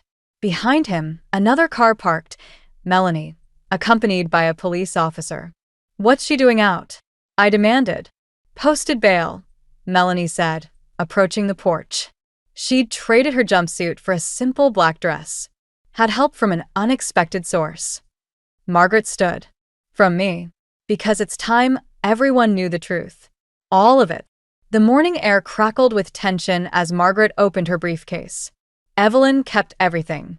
The original loan documents. The insurance investigation. The mechanic's report about the brake lines. Jake's hands clenched into fists. You don't understand what happened that night. I understand perfectly, Margaret cut in. Because I was there too. At the garage, when your father confronted you about the embezzlement. My head spun. What embezzlement? Not Jake's, Melanie whispered. Dad's. He'd been stealing from Mom's inheritance for years. The money from her first love, my real father. Margaret pulled out a stack of papers. Robert Monroe was a desperate man. When Jake discovered the theft, he threatened to expose everything. They argued. Robert left angry, driving too fast on wet roads. The brake lines were already failing. Jake's voice cracked. Dad knew. He'd been putting off repairs. I tried to stop him from driving that night, but he wouldn't listen. Said he'd rather die than face the shame. And Mom protected you, Melanie said. Made it look like an accident. Covered up the financial mess. Just like she always protected you. She protected all of us. Jake shot back. Including you, Mel. Where do you think your trust fund came from? The money you've been stealing? Enough. Margaret's voice cut through the tension. Evelyn wanted this to end. That's why she wrote the final letter. to confess her part in everything. The police officer stepped forward. "Ma'am, if you have evidence of criminal activity." "I have evidence of a family destroying itself over secrets and lies," Margaret interrupted. She turned to me. "Cassidy, Evelyn chose you as executor for a reason. Not just because you married Jake, but because you're the only one who might understand why she did what she did." My fingers traced the envelope seal. "To protect her children." "No," Margaret said softly. "To force them to face the truth. Together." I opened the letter. As I read Evelyn's final words aloud, tears fell freely. She confessed everything: the cover-up, the redistributed money, the decades of carefully maintained lies. But more importantly, she wrote of love, of sacrifice, of the cost of protecting people from their own mistakes. The inheritance, I finished reading, isn't the money or the business. It's the truth, and the chance to choose a different path. Silence fell. The morning sun broke through the mist, casting long shadows across the porch. "The charges," the officer said quietly, "against both parties. If restitution is made." "We'll make it right," Jake said, looking at his sister. "All of it." Melanie wiped her eyes. "I don't know how." "Together," I said, surprising myself. "The way Evelyn wanted." Margaret smiled, closing her briefcase. "She said you'd understand, Cassidy. That's why she trusted you with her final secret." "What secret?" She nodded toward my midsection. "Check the last page of the letter." My hand flew to my stomach as I read the final lines. Somehow, Evelyn had known before I did. A new life, growing beneath my heart. A fresh start, untainted by old sins. "Well," Melanie said, attempting a watery smile, "I guess my kids are getting a cousin." It wasn't forgiveness. Not yet. But as the morning light strengthened, casting away the last shadows of night, it felt like the possibility of dawn. 6 months later, I stood in Evelyn's garden, watching Jake and Melanie's kids plant spring bulbs together. The roses were beginning to bud, tiny promises of new life breaking through winter-hardened stems. "They're getting along better," Lila said, handing me a cup of herbal tea. My growing belly made bending over the flower beds impossible now, but I could still supervise. "Most days," I agreed. "The family counseling helps." Melanie emerged from the house, carrying a tray of lemonade for the kids. Her ankle monitor caught the sunlight, part of her probation agreement. The court had been lenient, considering the circumstances and her cooperation in untangling the financial mess. "Tommy, careful with those tulip bulbs," she called out. "Your grandmother loved those." Jake looked up from where he was teaching Tommy proper planting depth. Their relationship was healing slowly, one shared moment at a time. The truth about their father's death had nearly broken them both, but somehow, facing it together had started the mending. "Found another one," Melanie's daughter Sarah announced, holding up a small envelope buried in the soil. Evelyn's final surprise, letters and small treasures hidden throughout her beloved garden, meant to be discovered over years. "What's this one say?" I asked as Sarah brought it over. "For my grandchildren," she read, "who will grow stronger than the roots of these roses." Melanie's hands trembled as she took the envelope. Inside was a key and an old photograph, her biological father in his military uniform, standing proud beside a young Evelyn. "The keys to his storage unit," Jake said quietly. "Mom told Margaret there were things there you should have. Things that might help you understand." Melanie nodded, unable to speak. She'd started therapy last month, finally ready to confront the anger she'd carried since childhood. The business was changing too. Jake had transformed their father's old trucking company into a logistics firm, with Melanie handling the books, under supervision, of course. Her accounting skills, once used for deception, were being channeled into rebuilding what their father had nearly destroyed. "Aunt Cass," Tommy called out, "when the baby comes, can we teach them about the roses too?" "Of course," I said, touching my belly where Evelyn's last prediction kicked and tumbled. "That's what family does." Later that evening, as Jake and I sat on the porch swing, I pulled out the final letter I'd been saving. The one Evelyn had marked for the future. Ready? Jake asked. I broke the seal and began to read. My dearest ones, if you're reading this, then the garden is blooming again. Remember that growth requires both sunshine and rain, joy and pain. The greatest inheritance I could leave you isn't in bank accounts or business ledgers. It's in the strength you've found in facing the truth together. The letter continued, but something caught my eye. A postscript, written in shakier handwriting. P.S. Check behind the loose brick in the garden wall. Some secrets are worth keeping just long enough for people to be ready for them. Jake and I exchanged glances.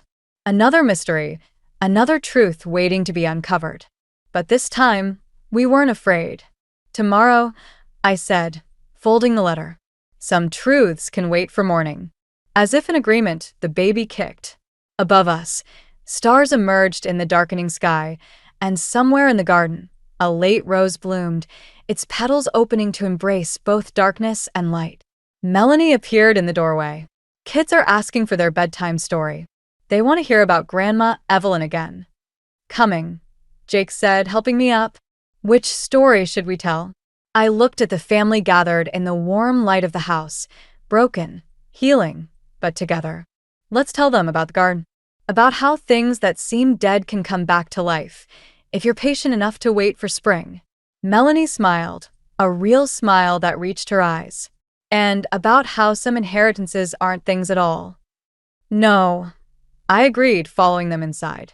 They're the choices we make, and the truths we're brave enough to face. Behind us, the garden settled into evening, keeping its remaining secrets safe until we were ready to discover them, one truth at a time. The call came just as I was finalizing the biggest contract of my career. My phone buzzed with my mother's face lighting up the screen, and my stomach instantly knotted. Mom never called during business hours unless something was terribly wrong. Livia, you need to come home right now. It's your sister. There's been an accident. My name is Livia, and at 30 years old, I'd built my marketing agency from nothing into a 7-figure business. But in that moment, none of it mattered. I grabbed my keys and rushed out of my office, leaving the contract unsigned on my desk. What happened? Is Lexi okay? I asked, my voice shaking as I sprinted to my car. Just come quickly, Mom said before hanging up. The 40-minute drive home felt like an eternity. My hands trembled on the steering wheel as memories of Lexi flooded my mind. Despite our differences, she was still my baby sister. Just last week, she'd been gushing about her upcoming wedding to Caesar, showing off her massive engagement ring that probably cost more than his annual salary. I screeched into my parents' driveway and burst through the front door. Mom? Dad? Where's Lexi? The scene that greeted me stopped me cold. Lexi sat on the couch, perfectly fine, surrounded by wedding magazines. Mom hovered nearby with a guilty expression, while Dad avoided eye contact entirely. Oh good, you're here, Lexi chirped, flipping through a bridal catalog. I need your opinion on these centerpieces. My blood ran cold. What accident? Well, Mom started, wringing her hands.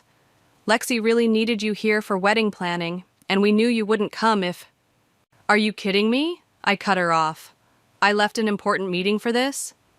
Lexi rolled her eyes. Oh, please, it's just work. This is my wedding we're talking about. Just work? I laughed incredulously.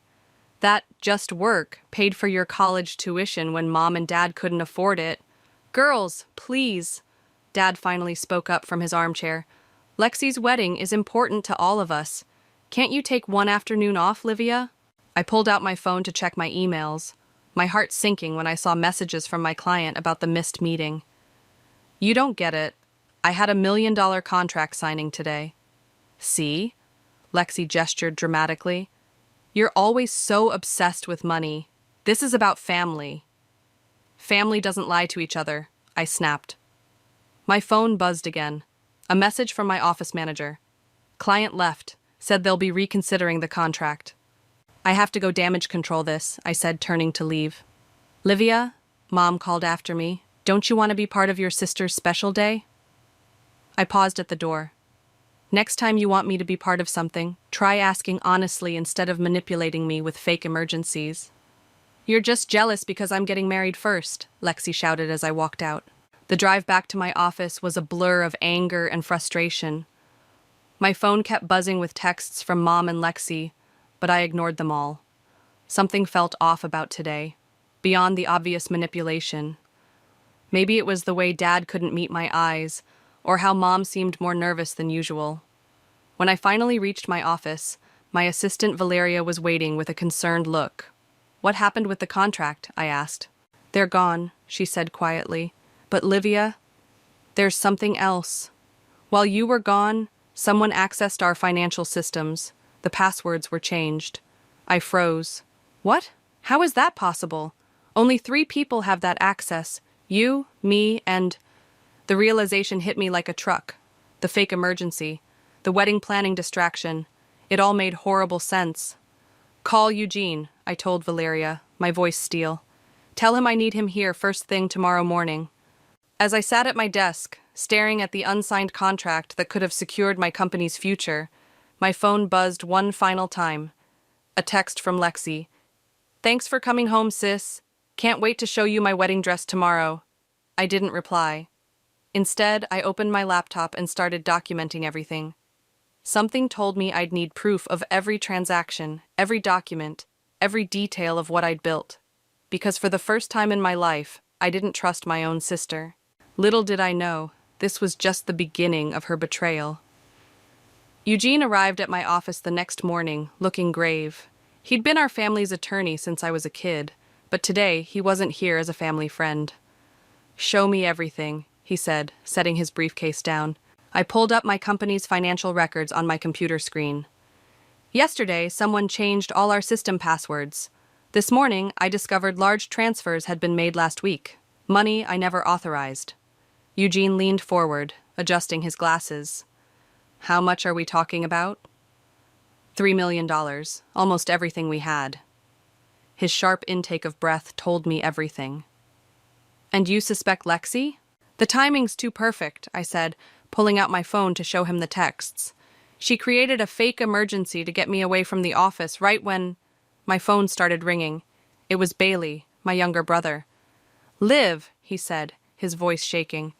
"Have you seen the news?" I put him on speaker and pulled up our local business news website. The headline made my blood run cold. "Rising marketing agency acquired by wedding planning empire." "What the hell?" I whispered. "There's more," Bailey continued. "Lexi's been telling everyone at her wedding planning meetings that she's now CEO of a major marketing company. She's using it to attract investors for some kind of wedding-related business venture." Eugene was already typing furiously on his laptop. "Livia, when was the last time you checked your business registration documents?" 2 weeks ago, everything was normal." I pulled up the government business portal, logged in, and felt the room spin. This can't be right. There it was in black and white. Ownership had been transferred to Lexi Horton Enterprises, LLC. "But how?" I demanded. "I never signed anything." Eugene's face darkened. "Someone did. We need to get the original documents." My office door burst open and Valeria rushed in. "Livia, you need to see this." She handed me her tablet, open to Lexi's social media. There was my sister, standing in my office, behind my desk, captioning, "Big news, so excited to announce my newest venture. Thanks to my amazing sister for this incredible wedding gift." "Wedding gift?" I spat. My phone buzzed again. "Mom." "Livia, why aren't you answering Lexi's calls? She's trying to discuss the company transition with you." "What company transition?" I demanded. "Mom, she stole my business." "Don't be dramatic," Mom sighed. "She said you agreed to help fund her wedding. It's what sisters do." "What sisters do? I built this company from nothing. While she was partying through college, I was working 18-hour days." "Well, maybe if you hadn't been so obsessed with work, you'd have someone special in your life too," Mom said coldly. "Lexi's wedding is important to this family." I hung up, my hands shaking with rage. Eugene cleared his throat. "Livia, we need to move fast. I'm filing an emergency injunction, but we need proof of fraud." "I have security cameras," Valeria offered, "including the day Lexi visited last month." We pulled up the footage. There I was, in a meeting with clients. And there was Lexi, slipping into my office while I was distracted. The camera caught her rifling through my desk drawers, but the angle didn't show what she took. Bank statements, I realized. She needed my signature to forge. Bailey's voice came through the phone, still on speaker. Liv, there's something else. Lexi's been collecting investments from wedding guests. She's promising them huge returns after the wedding, saying she'll use your company's profits. Eugene's head snapped up. That's securities fraud. How many investors? At least 50, Bailey said. Most of them put in their life savings. My stomach churned. This wasn't just about me anymore. Lexi had dragged innocent people into her scheme. Eugene, I said quietly, what are my options? He closed his laptop. Legally, we fight, but it'll be messy, public, and could take months, during which time she'll have control of your company. And the investors? If they lose their money, they could sue both you and Lexi, since she's using your company's name. I stood up, walking to the window of what might no longer be my office. Then we need something faster than legal action, something that forces her to undo this before the wedding. What are you thinking? Valeria asked. I turned back to face them, my mind made up. If Lexi wants to make this about her wedding, then that's exactly where we'll hit her. Bailey, I need everything you can get about these investors. Eugene, keep working on the legal angle. Valeria, yes? Clear my schedule, we're going wedding planning. I stormed into my parents' house that evening, clutching a stack of documents Eugene had prepared. The whole family was gathered for another wedding planning session, including Lexi's fiancé, Caesar. Oh, there you are, Lexi beamed, acting as if nothing was wrong. We were just discussing the investor dinner next week. You'll be there to help present, right? Investor dinner? I looked directly at Caesar. Did she tell you where the investment money is really going? Caesar frowned. It's for our wedding venue chain. Lexi said you're partnering with us. Is that what she told you? I slammed the documents on the coffee table. These are bank statements showing $3 million transferred out of my company last week. Money that's already gone to pay for your wedding. Livia! Mom stood up, hands on her hips. Stop trying to ruin your sister's happiness. Happiness? I laughed bitterly. Let's talk about the 50 people who invested their life savings in this scheme. Did you tell them, Lexi, that you're using their money for flower arrangements and a designer dress? Lexi's face paled slightly, but she recovered quickly. Don't be ridiculous. The company transfer was a gift. You signed the papers yourself. I never signed anything, I said, pulling out another document. But someone forged my signature. Want to explain that? Dad finally looked up from his newspaper. Forged?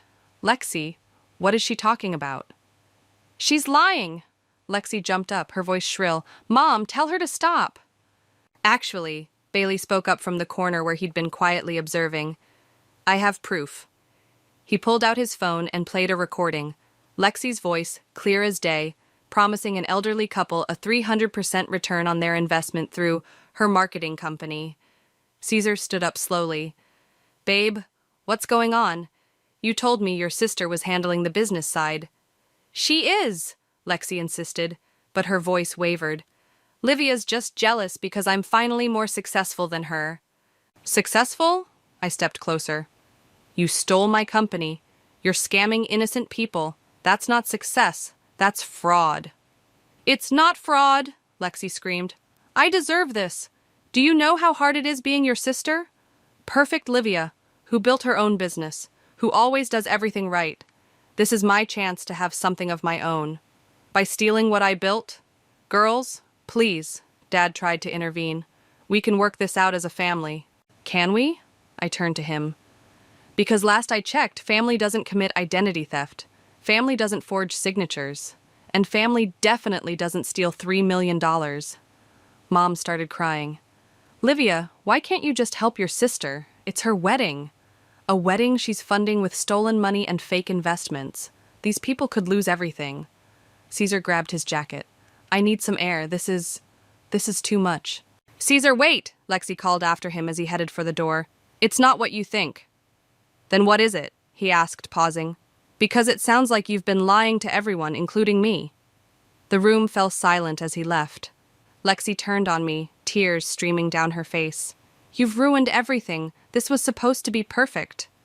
Perfect? I pulled out my phone. Should I call the investors?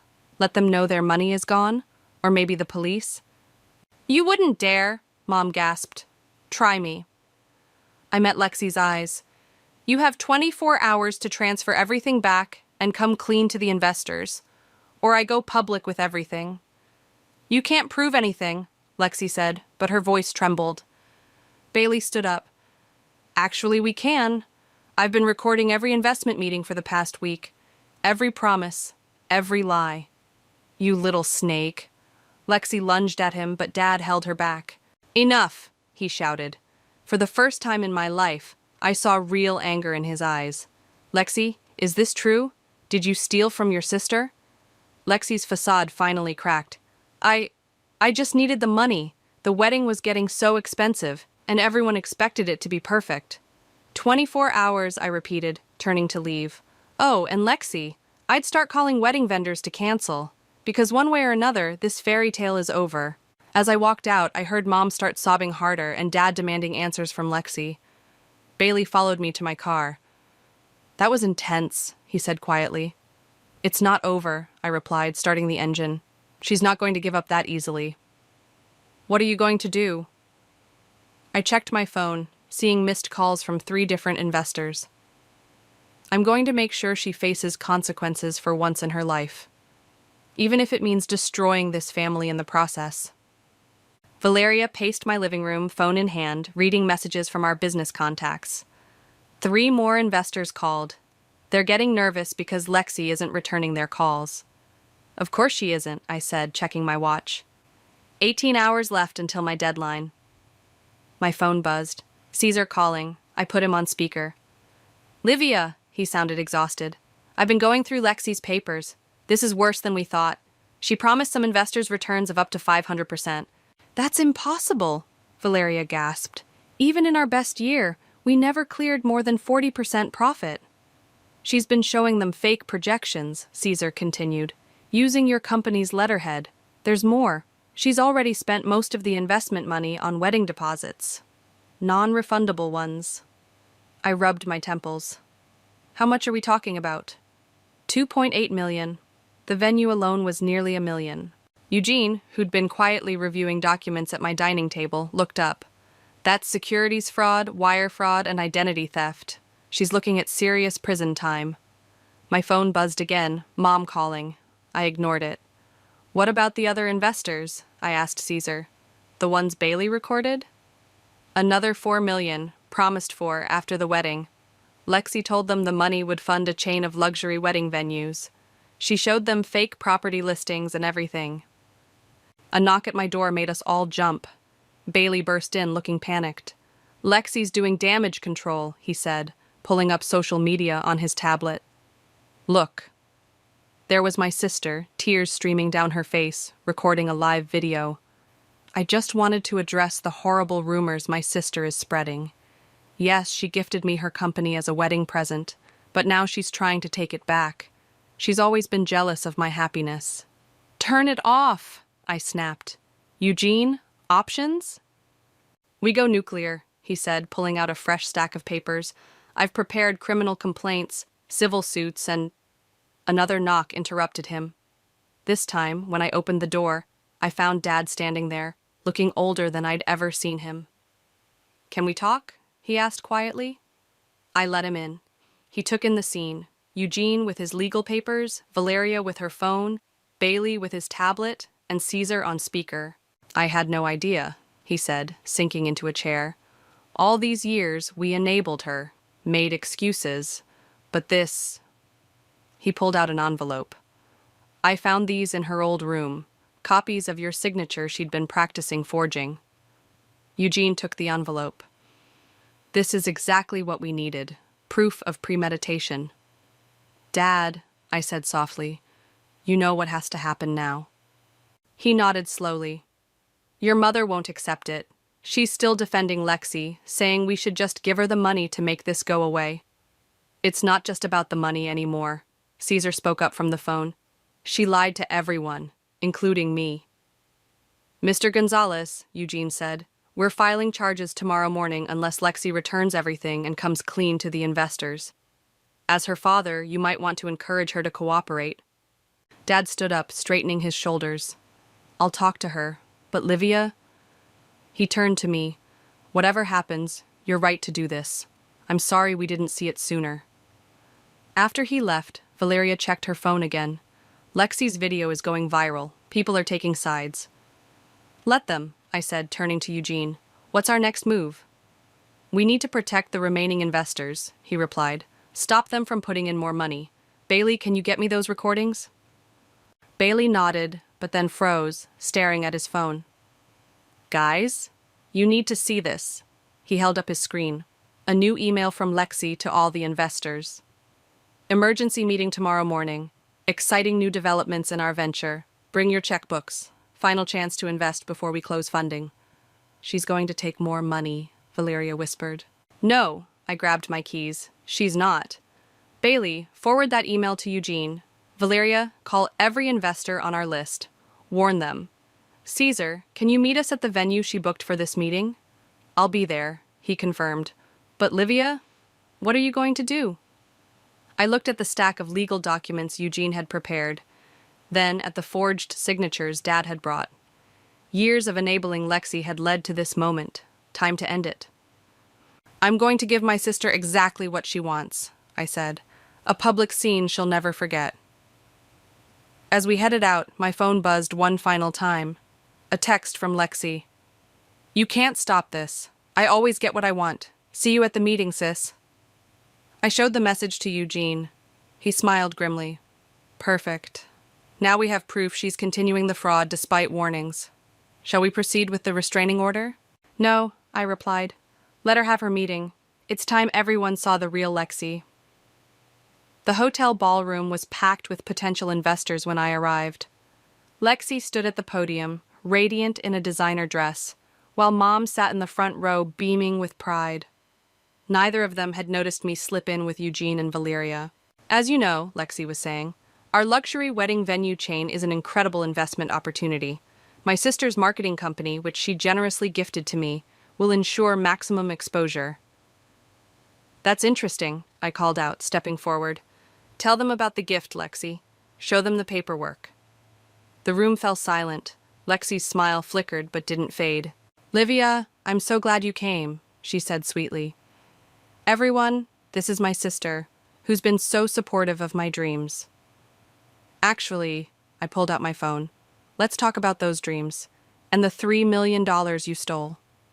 Security! Mom stood up, pointing at me. Remove her! I wouldn't. Eugene stepped forward, holding up his badge.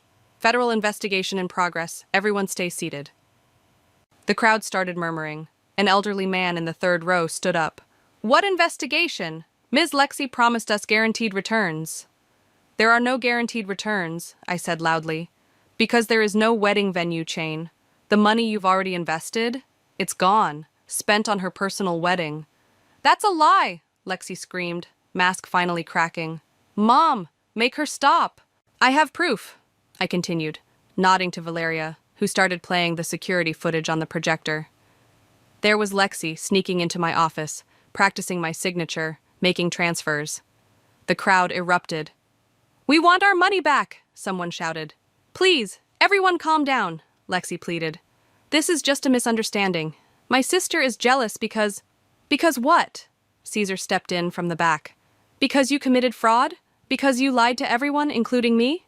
Caesar, Lexi's eyes widened. Baby, I can explain. Explain the fake properties? He held up his phone. The ones you showed investors? I called every single realtor. None of them are for sale. More shouts from the crowd. Mom rushed to the podium, trying to shield Lexi. My daughter would never lie, she insisted. Livia is trying to ruin her wedding. Mrs. Gonzalez, Eugene stepped forward. Your daughter forged signatures, committed wire fraud, and stole millions. The FBI is very interested in this case. The FBI? Lexi's face went white. Unless, I said clearly, you return every dollar by noon tomorrow and confess everything to these people right now. Lexi looked around frantically, seeing angry faces everywhere. I just wanted a perfect wedding. Everyone expected so much. My retirement savings! an elderly woman cried out. I trusted you. I can fix this, Lexi insisted. Just give me more time.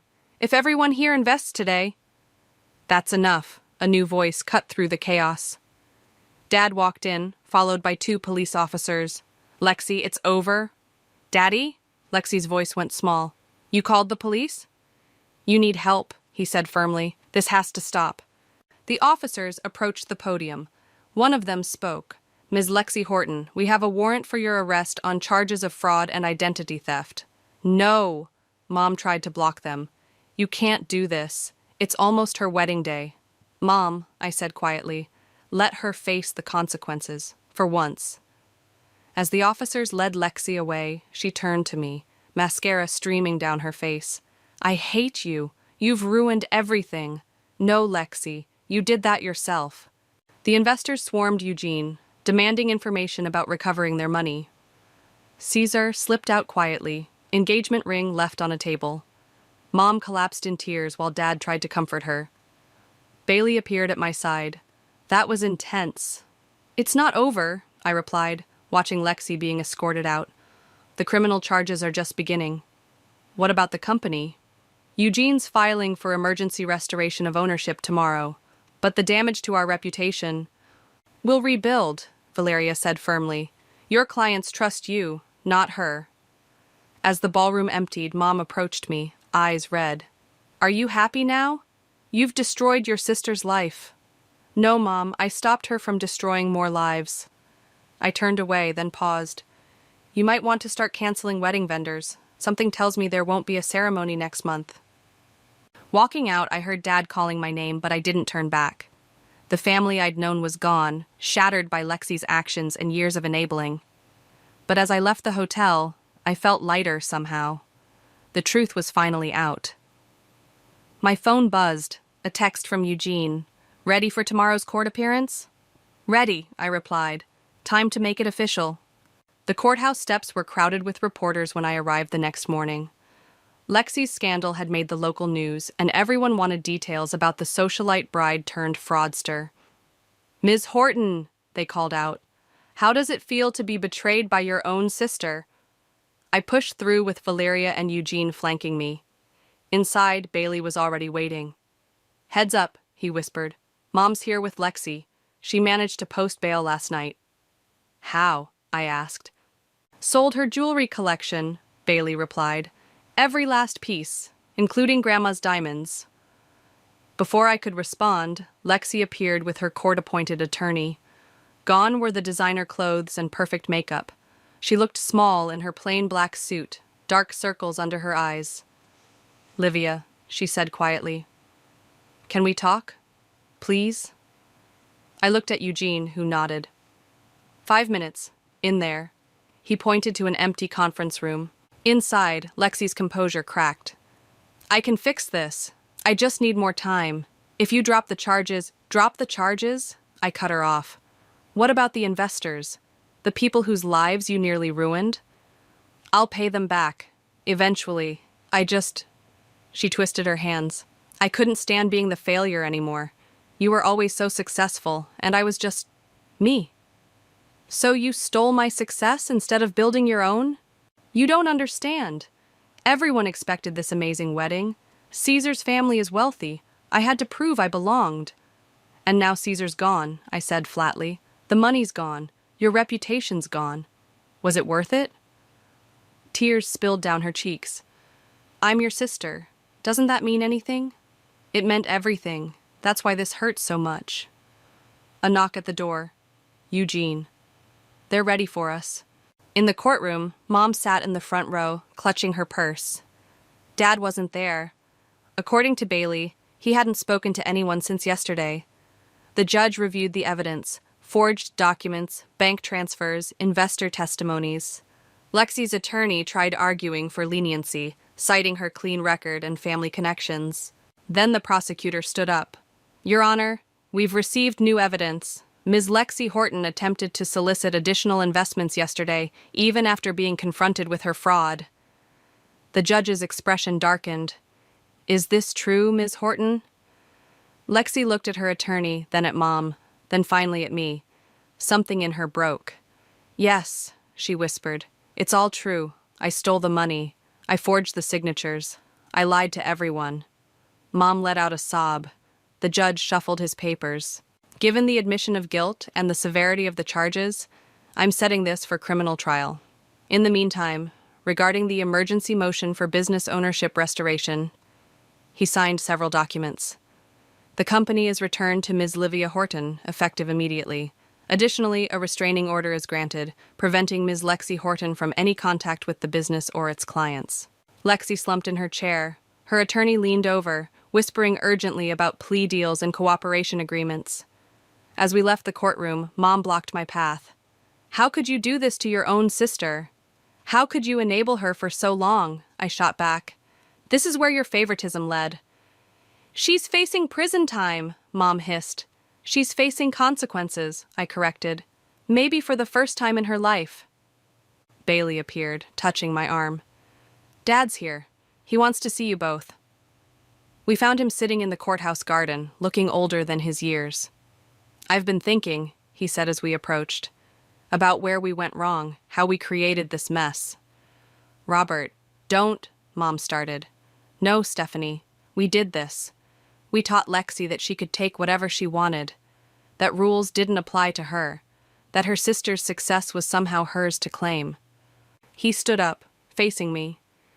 I'm sorry, Livia, for every time we dismissed your hard work, for every time we made excuses for her behavior, for failing both of you as a father. Mom started crying again, but this time they were different tears. Reality was finally sinking in. The investors, Dad continued, how much do they need? $7 million total, I replied, plus interest. He nodded. I'm selling the house. It won't cover everything, but it's a start. Your mother and I will find an apartment. Robert, Mom gasped. It's done, Stephanie. We helped create this mess. We'll help fix it. As they walked away, Valeria touched my shoulder. You okay? I watched my parents leave, thinking about family dinners that would never happen again, holidays that would be forever changed, trust that might never be rebuilt. No, I answered honestly, but I will be. My phone buzzed. Eugene had sent the court documents officially returning my company. It felt like the end of something, but also the beginning. Let's go, I told Valeria. We have a business to rebuild. 3 weeks later, I sat in my office reviewing the damage reports. Most clients had stayed loyal after learning the truth, but rebuilding trust took time. A knock at my door interrupted my thoughts. There's someone here to see you, Valeria said softly. One of the investors. The elderly woman who entered looked familiar. She'd been at Lexi's investor meeting. Her name was Margaret, and she'd lost her retirement savings. I wanted to thank you, she said, settling into the chair across from my desk. The first repayment came through yesterday. I nodded. Dad sold the house. The money's being distributed proportionally to all investors. That's not why I'm here. Margaret leaned forward. Your sister's sentencing is tomorrow. Will you be there? My stomach tightened. I haven't decided. I'll be there, she said, not out of anger anymore, but because someone needs to witness consequences. My late husband always said that's how people learn. My phone buzzed, Bailey calling. Excuse me, I said to Margaret, answering the call. Liv! His voice was urgent. Mom's at my apartment. You need to come. 20 minutes later, I walked into Bailey's living room to find Mom surrounded by photo albums, mascara streaking her face. Look at these. She thrust a photo at me. Lexi's 5th birthday. You helped her blow out the candles. You were always protecting her, and now I'm protecting everyone else from her, I finished. Mom, this isn't helping. They're saying 5 to 7 years, she whispered. My baby girl? Bailey caught my eye, mouthing, Dad's coming. Sure enough, Dad arrived minutes later. He looked different, thinner, grayer, but somehow stronger. Stephanie, he said gently, the apartment's ready. We should go. I'm not leaving my photos. The photos can come, he assured her, but we need to face tomorrow with dignity, for both our daughters. Mom looked up at me. Will you be there? Please, Livia. She's asking for you. I thought of Margaret's words about witnessing consequences. Yes, I said finally. I'll be there. The next morning, the courtroom was packed. Investors, former wedding guests, local media. Caesar sat in the back looking uncomfortable but determined. Lexi entered in handcuffs, wearing prison orange. She'd lost weight, her designer highlights growing out. When she saw me, her eyes filled with tears. The judge cleared his throat. Ms. Lexi Horton, you stand convicted of multiple counts of fraud, identity theft, and wire fraud. Before sentencing, you may make a statement. Lexi stood shakily. I've had time to think in jail about who I am and what I've done. To the investors, I'm sorry. To my fiancé, I'm sorry. To my parents, I'm sorry. She turned to face me. And to my sister, I'm most sorry to you. I didn't steal your business because I needed it. I stole it because I wanted to be you. Strong, successful, respected. But I took the easy way, and I destroyed everything. The judge nodded. Given your cooperation in recovering funds and your guilty plea, I sentence you to 5 years in federal prison, followed by 3 years of supervised release. You will continue to make restitution to your victims. Mom started crying. Dad held her hand. Bailey squeezed my shoulder. As they led Lexi away, she called out, "Livia, the journals. In my room. Please read them." That evening, I sat in my childhood bedroom reading Lexi's journals. Pages and pages of comparison, jealousy, and twisted admiration. The last entry, dated just before the theft, read, "Maybe if I take her life, I'll finally be worth something." A text from Caesar. "Just checked on the last investor repayments. Your parents' house sale covered 60%. I'm selling the ring to help with the rest." Another from Eugene. "Final paperwork filed. Your company's legally protected now. No one can ever transfer ownership without multiple verifications." And finally, one from Bailey. "Mom's settling into the apartment. Dad's talking about therapy. For all of us, if you're interested." I closed Lexi's journal and looked around my old room. Photos of 2 sisters who used to share secrets and dreams. Now one sat in prison while the other picked up the pieces. My phone buzzed again. "Margaret, thank you for being there today. Healing starts with truth." I texted back, "Thank you for showing me what strength looks like." Standing up, I gathered Lexi's journals. 5 years was a long time, long enough for healing, maybe even forgiveness. But not today. Today was for rebuilding, one piece at a time. As I left my childhood home for the last time, I deleted the draft message I'd been holding on to. "I forgive you." Some words needed to be earned, not given. And Lexi had 5 years to earn them. The morning sun streamed through my office windows as I reviewed the final investor repayment reports. Every cent had been returned, with interest. The last check, written by Dad from his retirement fund, had cleared yesterday. My phone buzzed. A text from Bailey. "Turn on the news." I clicked the TV on just in time to see Lexi being interviewed from prison. She looked different, humbler, her designer aesthetic replaced by simple prison clothes and no makeup. "I deserved this sentence," she was saying. "My sister wasn't just protecting her business. She was protecting people from me. I see that now." Valeria walked in, carrying coffee. "Is that—" "Yeah," I muted the TV. "First interview since sentencing." "Have you read her letters?" I glanced at the stack of unopened envelopes on my desk. One for every week she'd been inside. "Not yet." "Your mom called," Valeria said softly. "The therapy sessions are helping. Your dad's even starting to smile again." The intercom buzzed. "Miss Horton, Margaret is here to see you." Margaret walked in, looking energized. Behind her came several other former investors. "We have a proposal," she said, sitting down. "Those of us who got our money back, we want to reinvest. Properly this time, in your company." I blinked. "After everything that happened?" "Because of everything that happened," another investor spoke up. "You showed integrity when it mattered most. That's rare in business." My phone buzzed again. Cesar this time. "Saw Lexi's interview. She meant every word. The woman I fell in love with never existed, but maybe the one she's becoming does." A knock at my door revealed Eugene with more papers. Final legal clearance came through. Your company's protection protocols are ironclad now. No one can ever pull this kind of theft again. I looked at the investors, then at the letters from Lexi, then at the TV where my sister's interview was still playing silently. Before we discuss investment terms, I said to Margaret, I need 30 minutes. Alone in my office, I opened the first letter from Lexi.